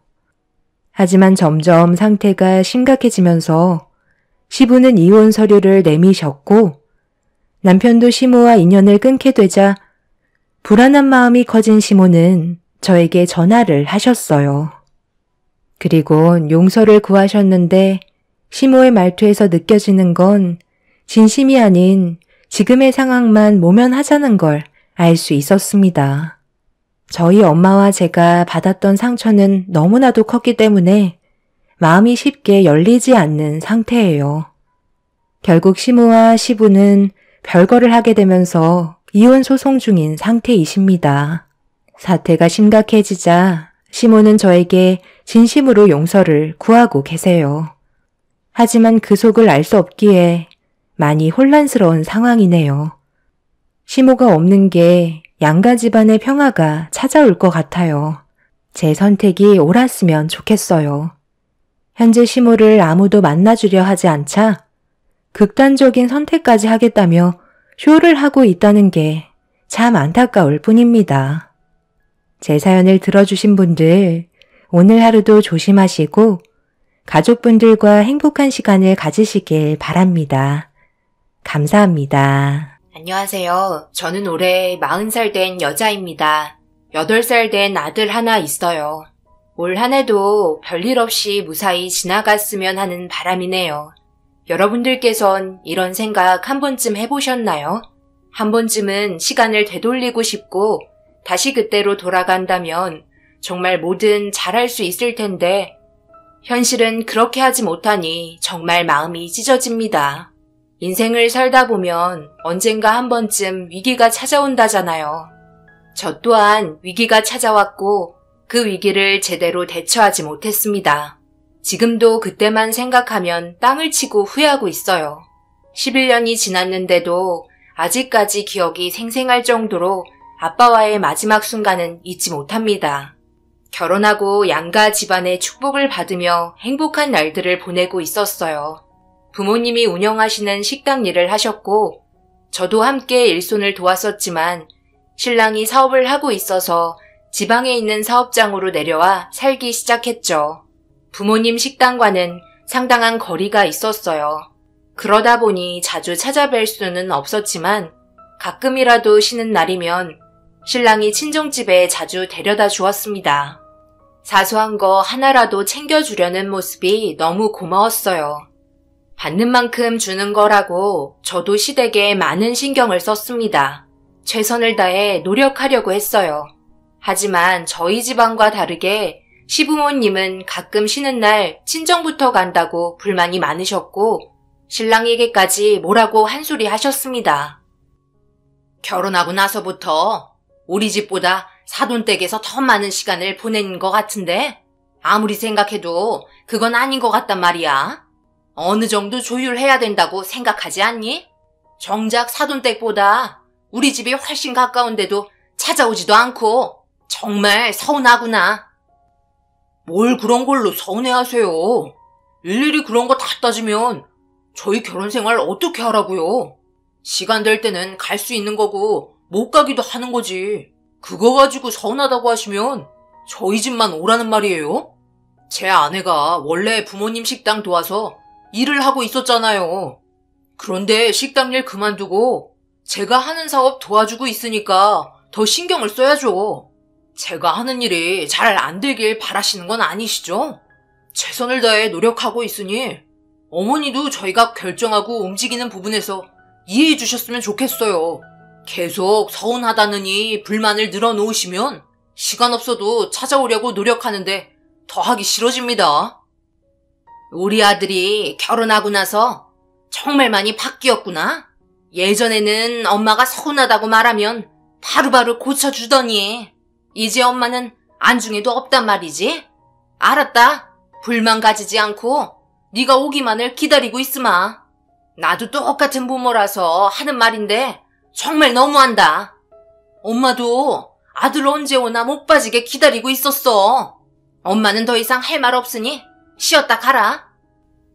어머님은 신랑이 하는 말에 상처를 받으셨는지 저희와 시간을 보내려 하지 않으시고 방으로 들어가셨어요. 아버님은 밖에서 일을 하시고 어머님은 집에서 쉬고 계셔서 혼자 계실 때가 많거든요. 하지만 저희 집안은 식당 일 때문에 부모님이 같이 하십니다. 장사도 잘 되는 편이라 일손이 모자랄 정도예요. 그래서 주말에 도와주려고 가는 거지 놀러 가는 거 아닌데 어머님은 집에 혼자 있다고 심심해서 자주 찾아와 주길 바라셨어요. 그래서 한숨만 나왔고 사정을 설명해도 들으려 하지 않았습니다. 되려 저희가 서운한 입장이었어요.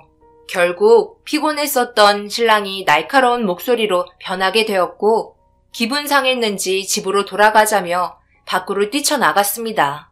정말 난감했었어요. 결국 신랑을 따라 나섰고 한동안 어머님과 연락을 하지 못했어요.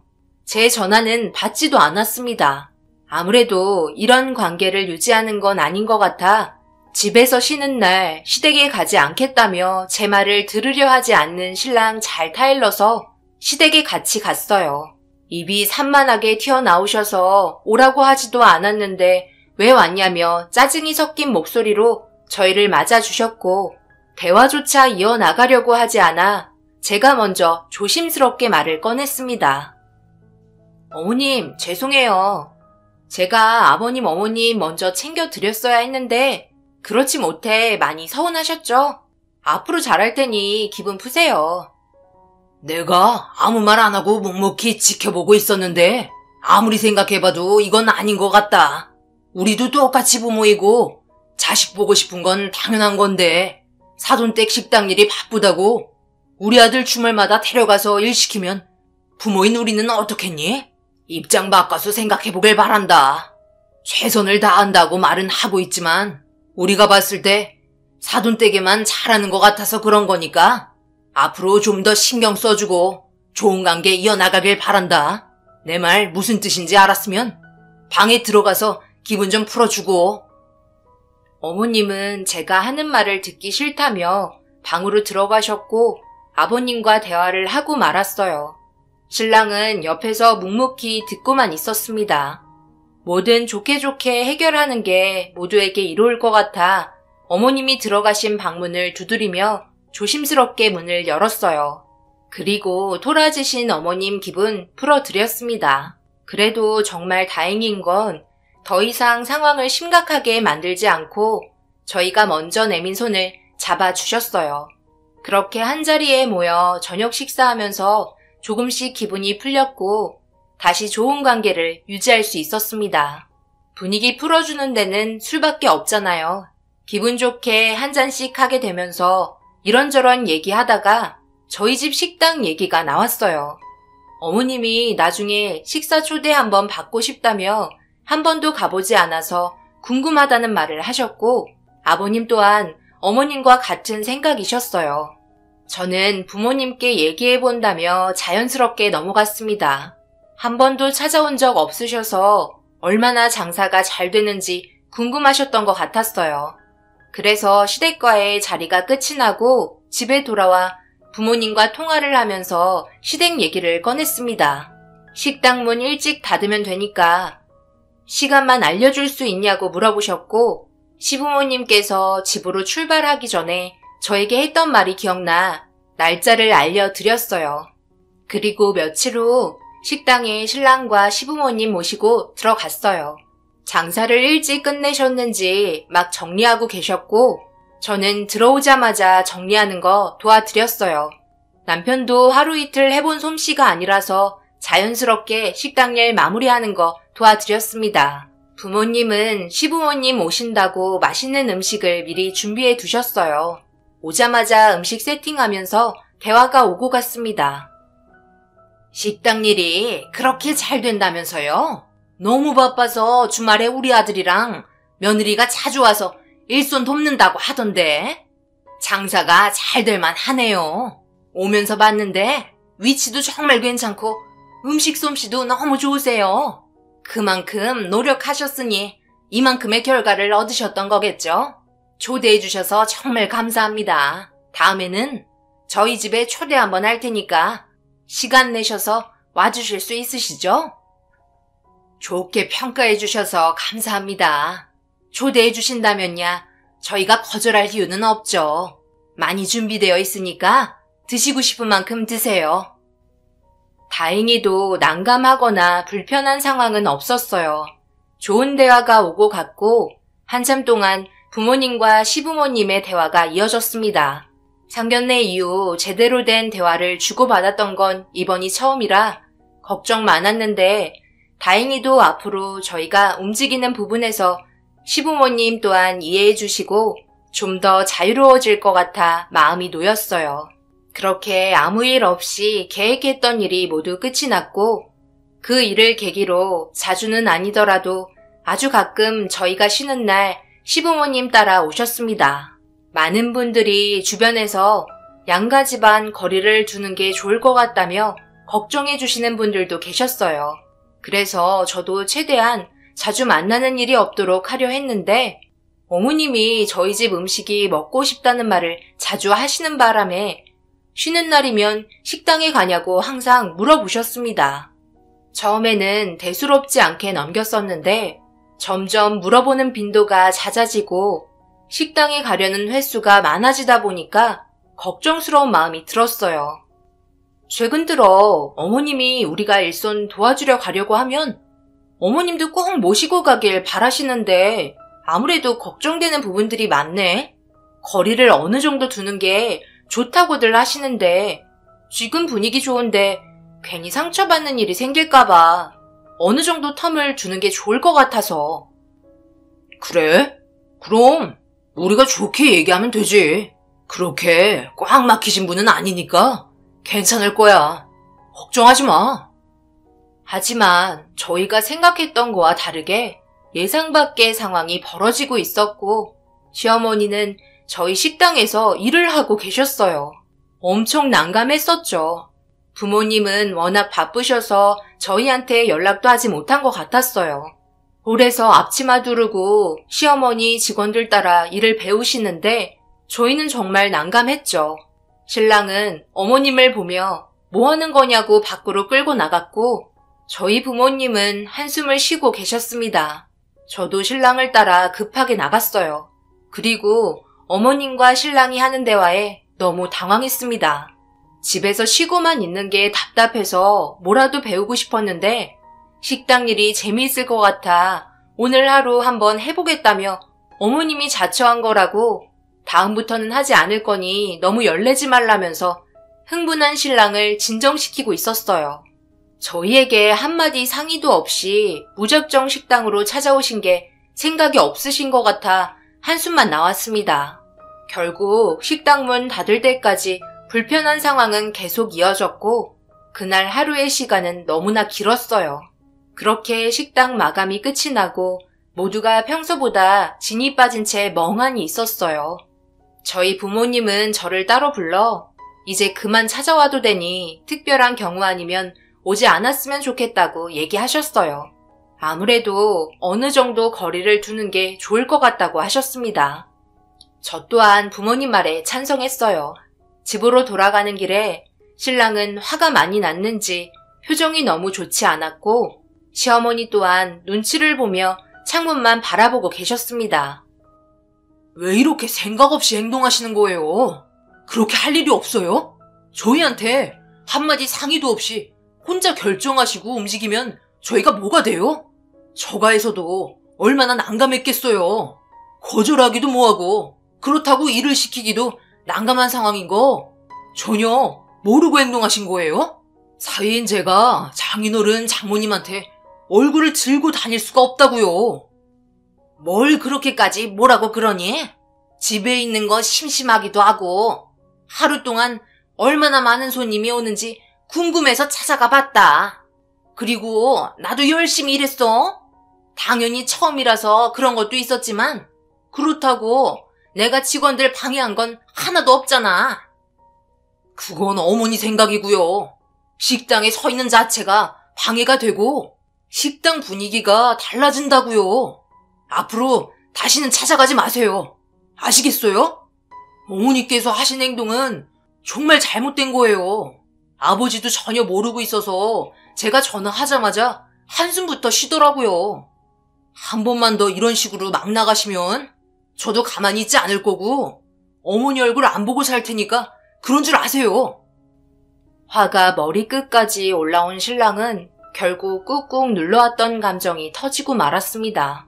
결국 제가 우려했던 부분이 발생되었고 집안의 분위기는 점점 안 좋아졌어요.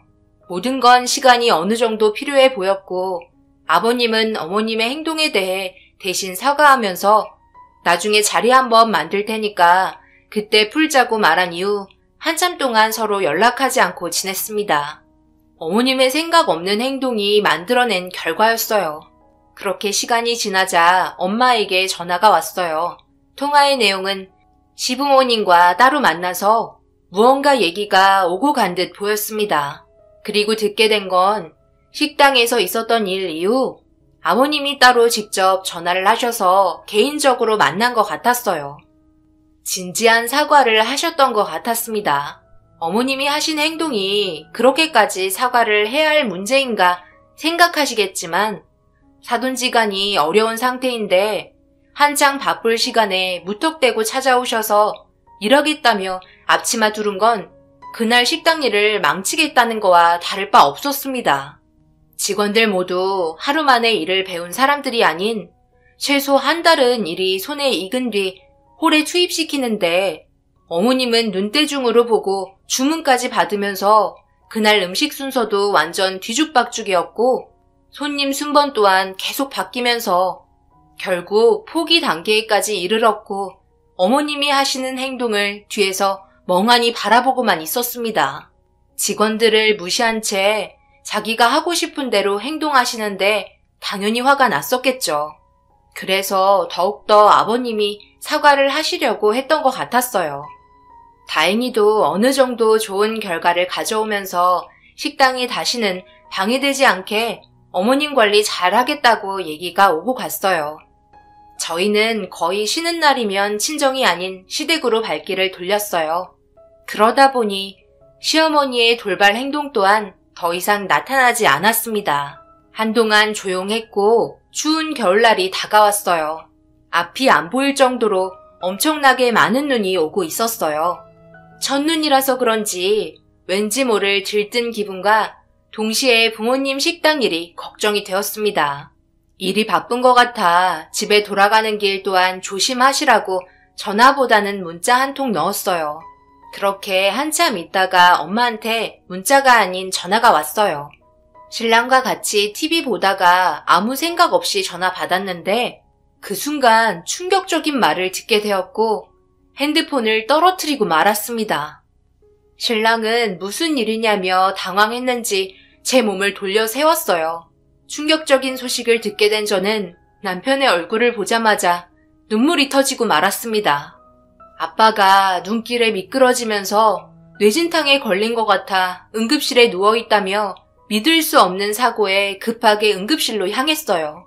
도착했을 때 아빠는 수술실에 들어간 상태였습니다. 제발 무사히 수술이 끝나고 다시 예전처럼 돌아오길 바랬는데 아빠는 저와 대화 한마디 나누지도 못한 채 세상을 떠나시고 말았습니다. 소식을 듣고 급하게 달려오신 시부모님은 믿을 수 없는 모습에 묵묵히 옆에서 자리를 지켜주셨어요.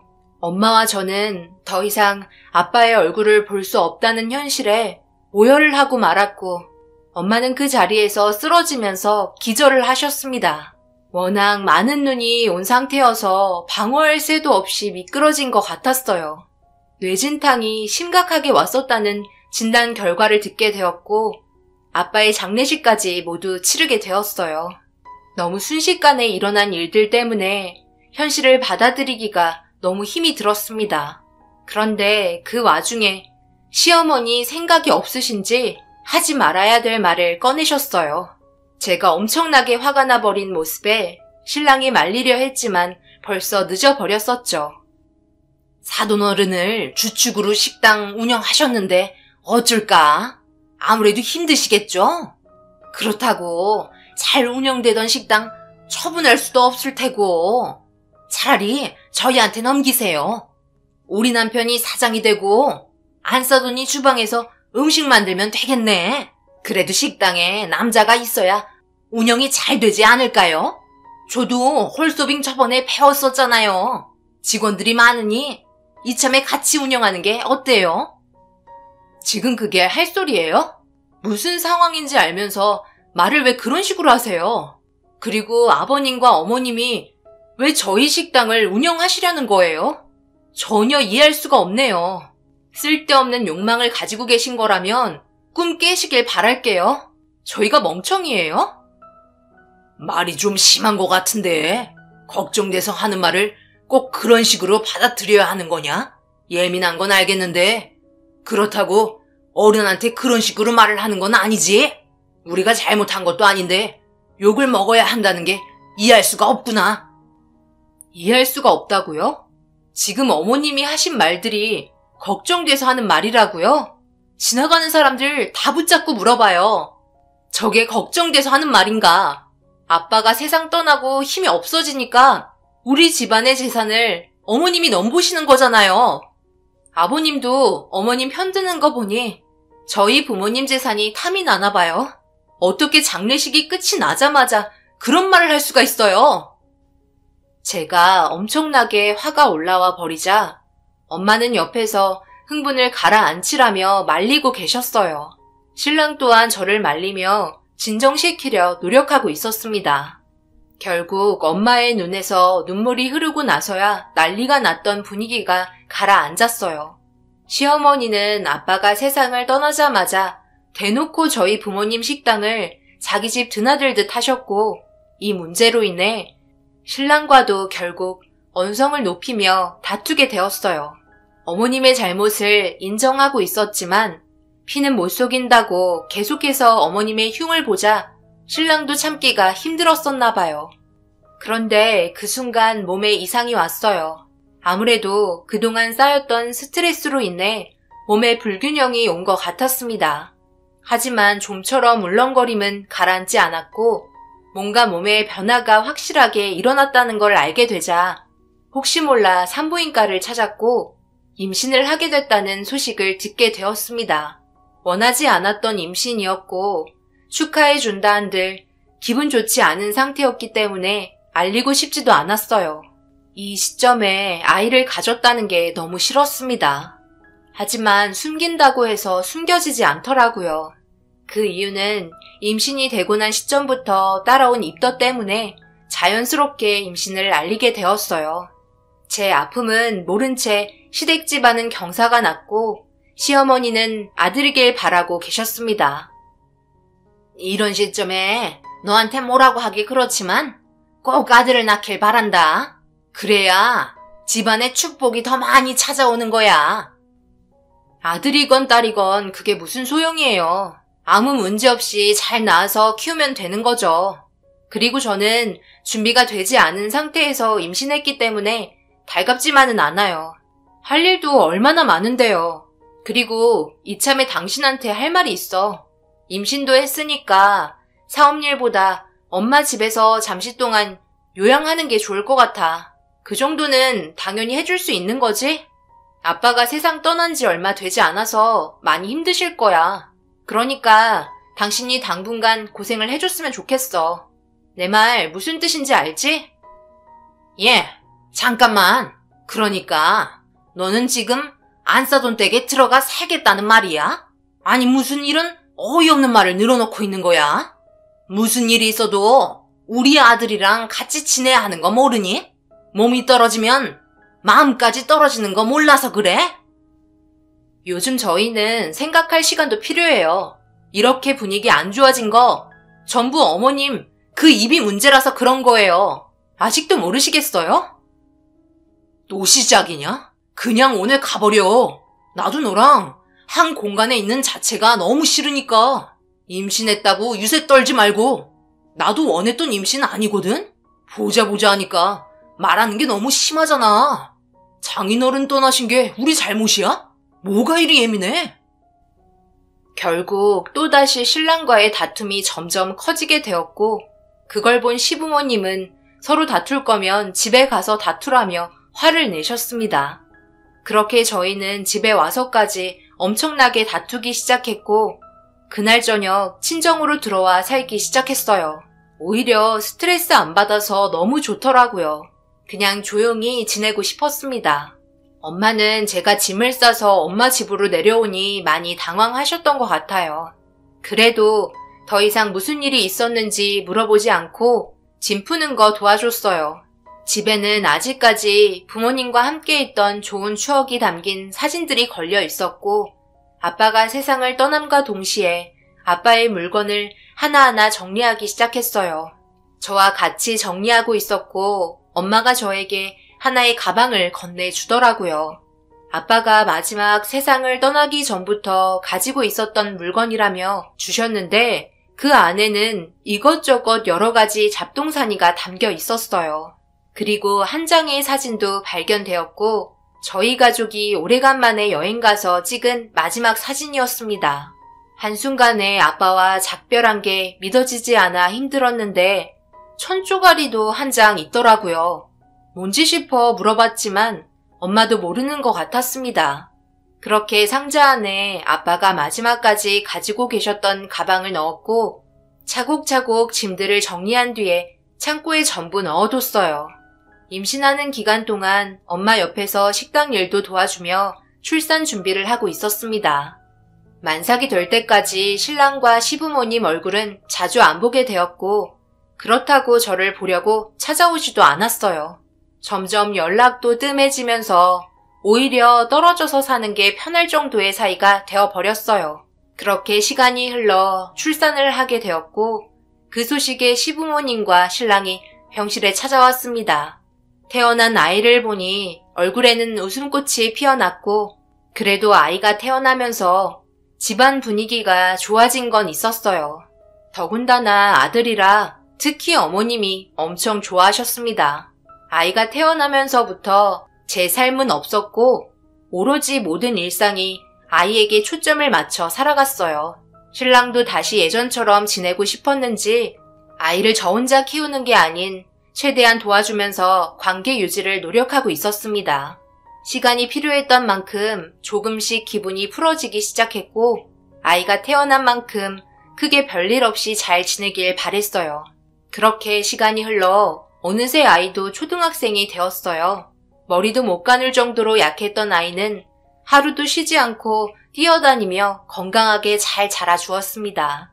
시간이 흐른 만큼 저와 신랑도 조금 늙었지만 엄마의 몸 상태가 좋지 않았어요.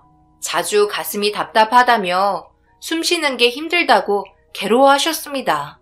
그래서 병원에도 찾아가 봤지만 심리적인 부분이 가장 크다며 마음을 편하게 유지하고 스트레스 안 받게 살아가는 게 제일 중요하다는 진단 결과를 받게 되었어요. 그래서 식당 일을 그만둬야 하나 생각하고 있었습니다. 요즘 무슨 일이 있는 거야? 얼굴 안색도 많이 안 좋아지고. 장모님, 몸 상태는 어떠신데? 괜찮으시대? 기력이 많이 약해지셨나 봐. 가슴 통증도 심하신 것 같고 병원에서는 크게 문제는 없는 것 같다고 말하는데 아무래도 스트레스 요인이 제일 큰 것 같아. 엄마가 아직까지 아빠의 빈자리를 너무 크게 느끼고 계셔. 거기에다 식당 일까지 힘들어 하시고. 그럼 쉬는 게 좋을 것 같은데? 식당도 처분하시고 그만 쉬시라고 해. 그래야 몸이 회복이 되지. 식당 일 만만치 않잖아. 그래서 요즘 어떻게 해야 할지 고민이야. 엄마랑 계속해서 의논하고 있으니까 걱정하지 마. 잘 해결되겠지. 남편과 식당 문제를 포함한 엄마의 정신 상태까지 대화를 하고 있었어요. 그리고 신랑은 엄마의 힘든 상태를 시부모님께 알렸고 마찬가지로 많이 걱정해 주셨습니다. 아무래도 시부모님 또한 계속 신경이 쓰이셨는지 건강이 좋지 않다는 말에 자주 찾아간 것 같았어요. 엄마가 별 말이 없는 걸 봐선 딱히 문제가 있는 것 같진 않았습니다. 그런데 시어머니한테 전화가 왔어요. 아무래도 너희 식당 우리한테 위임하는 게 좋지 않겠니? 다른 사람들에게 처분하느니 차라리 우리가 위임받으면 크게 달라지는 건 없잖아. 시애미 생각엔 이게 제일 좋은 방법 같은데 너 생각은 어떤지 듣고 싶구나. 네? 위임한다고요? 엄마는 아예 처분을 하고 싶어 하는 것 같았어요. 더 이상 관리가 힘들 것 같다면서요. 그런데 위임은 처분이 아니잖아요. 그냥 저희 식당을 준다는 건데 그렇게는 아무래도 힘들 것 같은데요? 뭐가 힘드니? 내 말 좀 들어봐봐라. 일단 우리가 식당을 위임받고 벌어들이는 수익을 매달 안사돈에게 주는 게 좋을 것 같은데? 그건 아닌 것 같아요. 차라리 그럴 거면 그냥 저희 엄마가 운영하시는 게 낫죠. 아니면 제가 운영하던가 하면 되는 거예요. 그러니까 너는 우리한테 주고 싶지 않다는 거네? 한 가족이면 같이 나눠 먹기도 하는 거지. 엄청 야박하게 군다. 야박한 게 아니라 이 문제는 금전적인 문제잖아요. 엄청 예민한 문제라고요. 그런데 자금을 한 번에 해결하는 것도 아닌 건물을 어머님이 그냥 가져가신다는 거잖아요. 너무 억지스러운 조건을 계속해서 말씀하시니까 너무 어이가 없어서 그런 거예요. 결국 어머님은 자기가 생각하는 대로 이루어지지 않다 보니 화가 많이 나셨고 통화하다 말고 뚝 끊으셨습니다. 신랑과 이 문제로 다시 얘기했지만 신랑은 아무 말도 하지 않았어요. 아무래도 신랑 또한 어머님과 같은 생각을 하고 있는 것 같았습니다. 결정은 어차피 엄마와 제가 하는 거라 식당을 처분하기로 결정을 했고 더 이상 이 문제로 언급하지 말아달라며 시부모님이 식당을 넘기라는 말을 무시했어요. 처분하려는 금액을 달라고 하니 그럴 돈은 없으니 매달 주겠다며 억지를 부리셨습니다.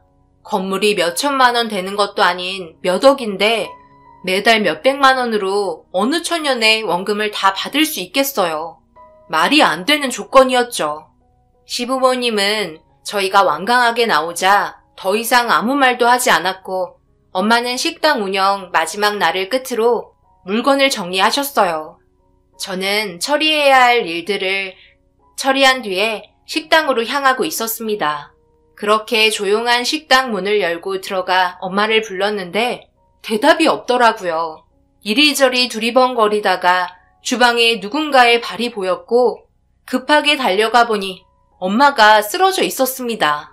그 모습을 보고 너무 놀라 급하게 구급차를 불러 병원으로 향했고 엄마는 심장 발작을 일으킨 것 같다며 구급차 안에서 계속해서 심폐소생술이 이어졌습니다. 그리고 응급실에 도착해 엄마를 살리기 위해 상당히 많은 의사분들이 붙었고 정말 다행히도 엄마는 숨을 쉴 수가 있었어요.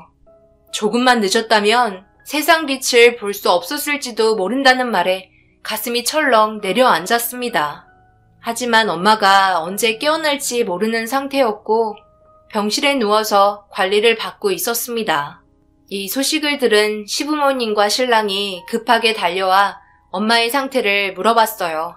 아직까지 의식이 없다며 괴로워하고 있자 모두가 저를 위로해 주었습니다. 이런 와중에 내가 지금 꺼내야 하는 게 맞는 건지 모르겠는데 아무래도 하루라도 빨리 보는 게 좋을 것 같아서 이참에 서류 하나 가지고 왔다. 이것 좀 봐봐라. 안사돈이랑 같이 결정한 문제이고 하나도 문제되는 거 없으니 이대로 진행하면 될 것 같다. 이게 뭐예요? 위임장? 식당을 아버님께 넘기겠다는 위임장이요? 여기에 왜 저희 엄마 지장이 찍혀 있는 거예요? 아유, 보면 모르니? 너희 안사돈이 너희 시아버지한테 위임장을 작성해 줬단다. 식당 운영권을 준 거라고. 그리고 매달 200만 원씩 드리기로 했다. 가족들끼리 서로 도와야 하지 않겠냐며 우리가 잘 되길 바란다고 하셨어. 그러니 다음 달부터 법적으로 너희 식당은 우리 소유라는 거 잊지 말거라. 안사돈이 지금 상태에서 세상을 떠나면 이 서류는 유언장이 되는 거 알지? 말도 안 되는 일이 벌어져 있었어요. 엄마가 저와 상의 한마디도 없이 이런 일을 독단적으로 해결했을 거라곤 생각할 수 없었습니다. 뭔가 일을 꾸민 것 같은 냄새가 너무 났어요. 아무 말 하지 않고 가만히 있으니 제가 어느 정도 수긍한 줄 알고 시부모님도 더 이상 아무 말 하지 않았습니다. 저는 일단 집에서 짐을 챙겨와야 할 것 같아 신랑 차를 타고 집으로 향했어요. 가는 동안 서로는 아무 말 하지 않았습니다. 그런데 집에 도착하자마자 문을 열었는데 현관 앞에 많은 짐들이 박스에 들어가 있었고 신랑에게 물어보니 옛날에 입고 안 입던 옷들을 정리 중이라며 전부 버리려고 하고 있었습니다. 멀쩡한 옷들도 있는데 이렇게까지 해야 하냐고 물어보자 어이없게도 식당을 위임받았는데 옷 정도야 가볍게 살 수 있지 않겠냐는 말을 하기 시작했고 그 말에 벌써부터 김칫국부터 마신다며 박스에 들어가 있던 옷들 전부를 쏟았습니다. 신랑은 화가 올라왔는지 기껏 정리한 거 다 쏟았다고 저에게 소리를 지르는데 어디에서 많이 본 것 같은 옷이 있더라고요. 그래서 그 옷을 들고 있자 신랑은 급하게 달려와 제가 들고 있던 옷을 뺏어서 박스에 다시 넣었습니다. 그리곤 다른 옷들을 전부 박스에 막 집어넣었고 뭔가 이상한 점을 느끼고 말았어요. 남편은 급하게 박스를 현관 밖으로 빼놓고 문을 닫았습니다. 저는 남편이 씻으러 들어가야겠다며 화장실로 들어가자 다시 현관문을 열어 박스를 뒤집은 다음 안에 있던 옷을 확인했습니다. 어디서 분명 본 것 같은 색의 옷이었는데 팔 부분이 찢어져 있더라고요. 그리고 뭔가 빨간색이 묻어 있었고 그 순간 아빠 가방에 있던 찢어진 천조가리가 머릿속으로 스쳤습니다. 엄청난 소름이 온몸으로 퍼졌고 저는 급하게 아들의 팔을 잡고 집에서 빠져나와 엄마 집으로 향했어요. 그리고 창고에 있던 박스를 전부 뒤집어 엎은 다음 안에 있던 아빠의 가방을 뒤졌습니다. 다행히도 가방 안에서 천조가리가 나왔고 신랑의 옷과 맞춰보는 순간 딱 들어맞았어요. 제가 알지 못했던 사실이 드러나게 되면서 식당으로 급하게 들어가 문을 걸어 잠그고 CCTV를 확인해 봤습니다. 그런데 충격적이게도 엄마가 물건을 정리하고 있는데 시부모님과 신랑이 같이 들어와 엄마와 무슨 대화를 하기 시작했어요. 시어머니는 서류 한 장을 내밀어 무언가를 요구했고 거절하며 싫다고 말하자 시어머니와 엄마와의 몸싸움이 시작이 되었습니다. 그러던 도중 엄마가 갑자기 가슴 통증을 호소하며 쓰러지셨고 시아버지는 엄마가 쓰러지자마자 엄지손을 인주에 찍은 다음 서류에 지장을 찍게 했어요. 엄마는 쓰러진 상태로 누워 계셨고 신랑은 엄마의 손에 빨갛게 물든 인주를 물티슈로 닦은 다음 주방에서 쓰러진 것처럼 상황을 만든 뒤에 모두 그 현장에서 사라졌습니다. 그리고 제가 바로 들어오게 되었고 주방에 있던 엄마를 발견하게 된 거였죠. 엄청난 증거가 담겨있던 영상의 물건을 가지고 나가려고 하는데 시부모님과 신랑이 식당 앞에 도착했고 저는 급하게 뒷문으로 빠져나왔습니다. 모든 흔적을 지우기 위해 현장을 다시 찾은 것 같았어요. 한 발만 늦었다면 분명 모든 증거는 찾을 수 없었을 겁니다. 택시를 타고 경찰서에 제가 가진 자료 전부를 제출했고 경찰분들은 식당에 있던 시부모님과 신랑을 검거했어요. 그렇게 경찰서에서 조사를 받으며 가지고 있던 증거물을 보곤 결국 아무 말도 하지 못했습니다. 그리고 11년 전 신랑의 옷과 아빠의 가방에 있던 옷에 대해 물어보자 충격적이게도 그 옷은 신랑의 옷이 아닌 시아버지의 옷이었고 식당을 자기들이 가지기 위해 꾸민 일들이었어요.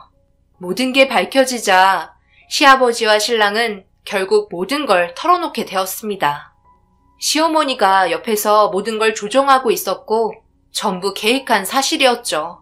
시아버지는 눈 오는 날 무거운 물건을 들고 가는 아빠를 강하게 밀었고 뒤로 넘어지게 된 거였어요. 이것 또한 시어머니의 계획이었습니다. 시댁 식구는 얼굴이 하얗게 질려서는 자신의 죄를 용서해달라며 싹싹 빌기 시작했어요. 용서해 줄 수 있는 선을 넘었기 때문에 법적인 처벌을 강력하게 요구했습니다.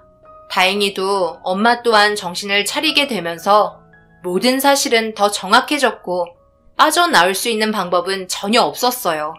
그렇게 세 가족 모두 징역형을 면할 수 없었습니다. 이 사실을 전부 알게 된 엄마와 저는 아빠가 억울하게 세상 떠나신 11년 전의 사건이 다시 떠올라 오열하고 말았어요. 다행히 엄마는 일상생활이 가능해 너무 감사했고 식당은 빠르게 처분을 하였어요. 온 가족이 저희를 속이며 살아간 치밀한 계획에 너무 화가 치밀어 오르네요. 용서를 구했지만 그것 또한 거짓말인 것 같습니다. 평생 감옥살이하며 살길 바랄 뿐이에요.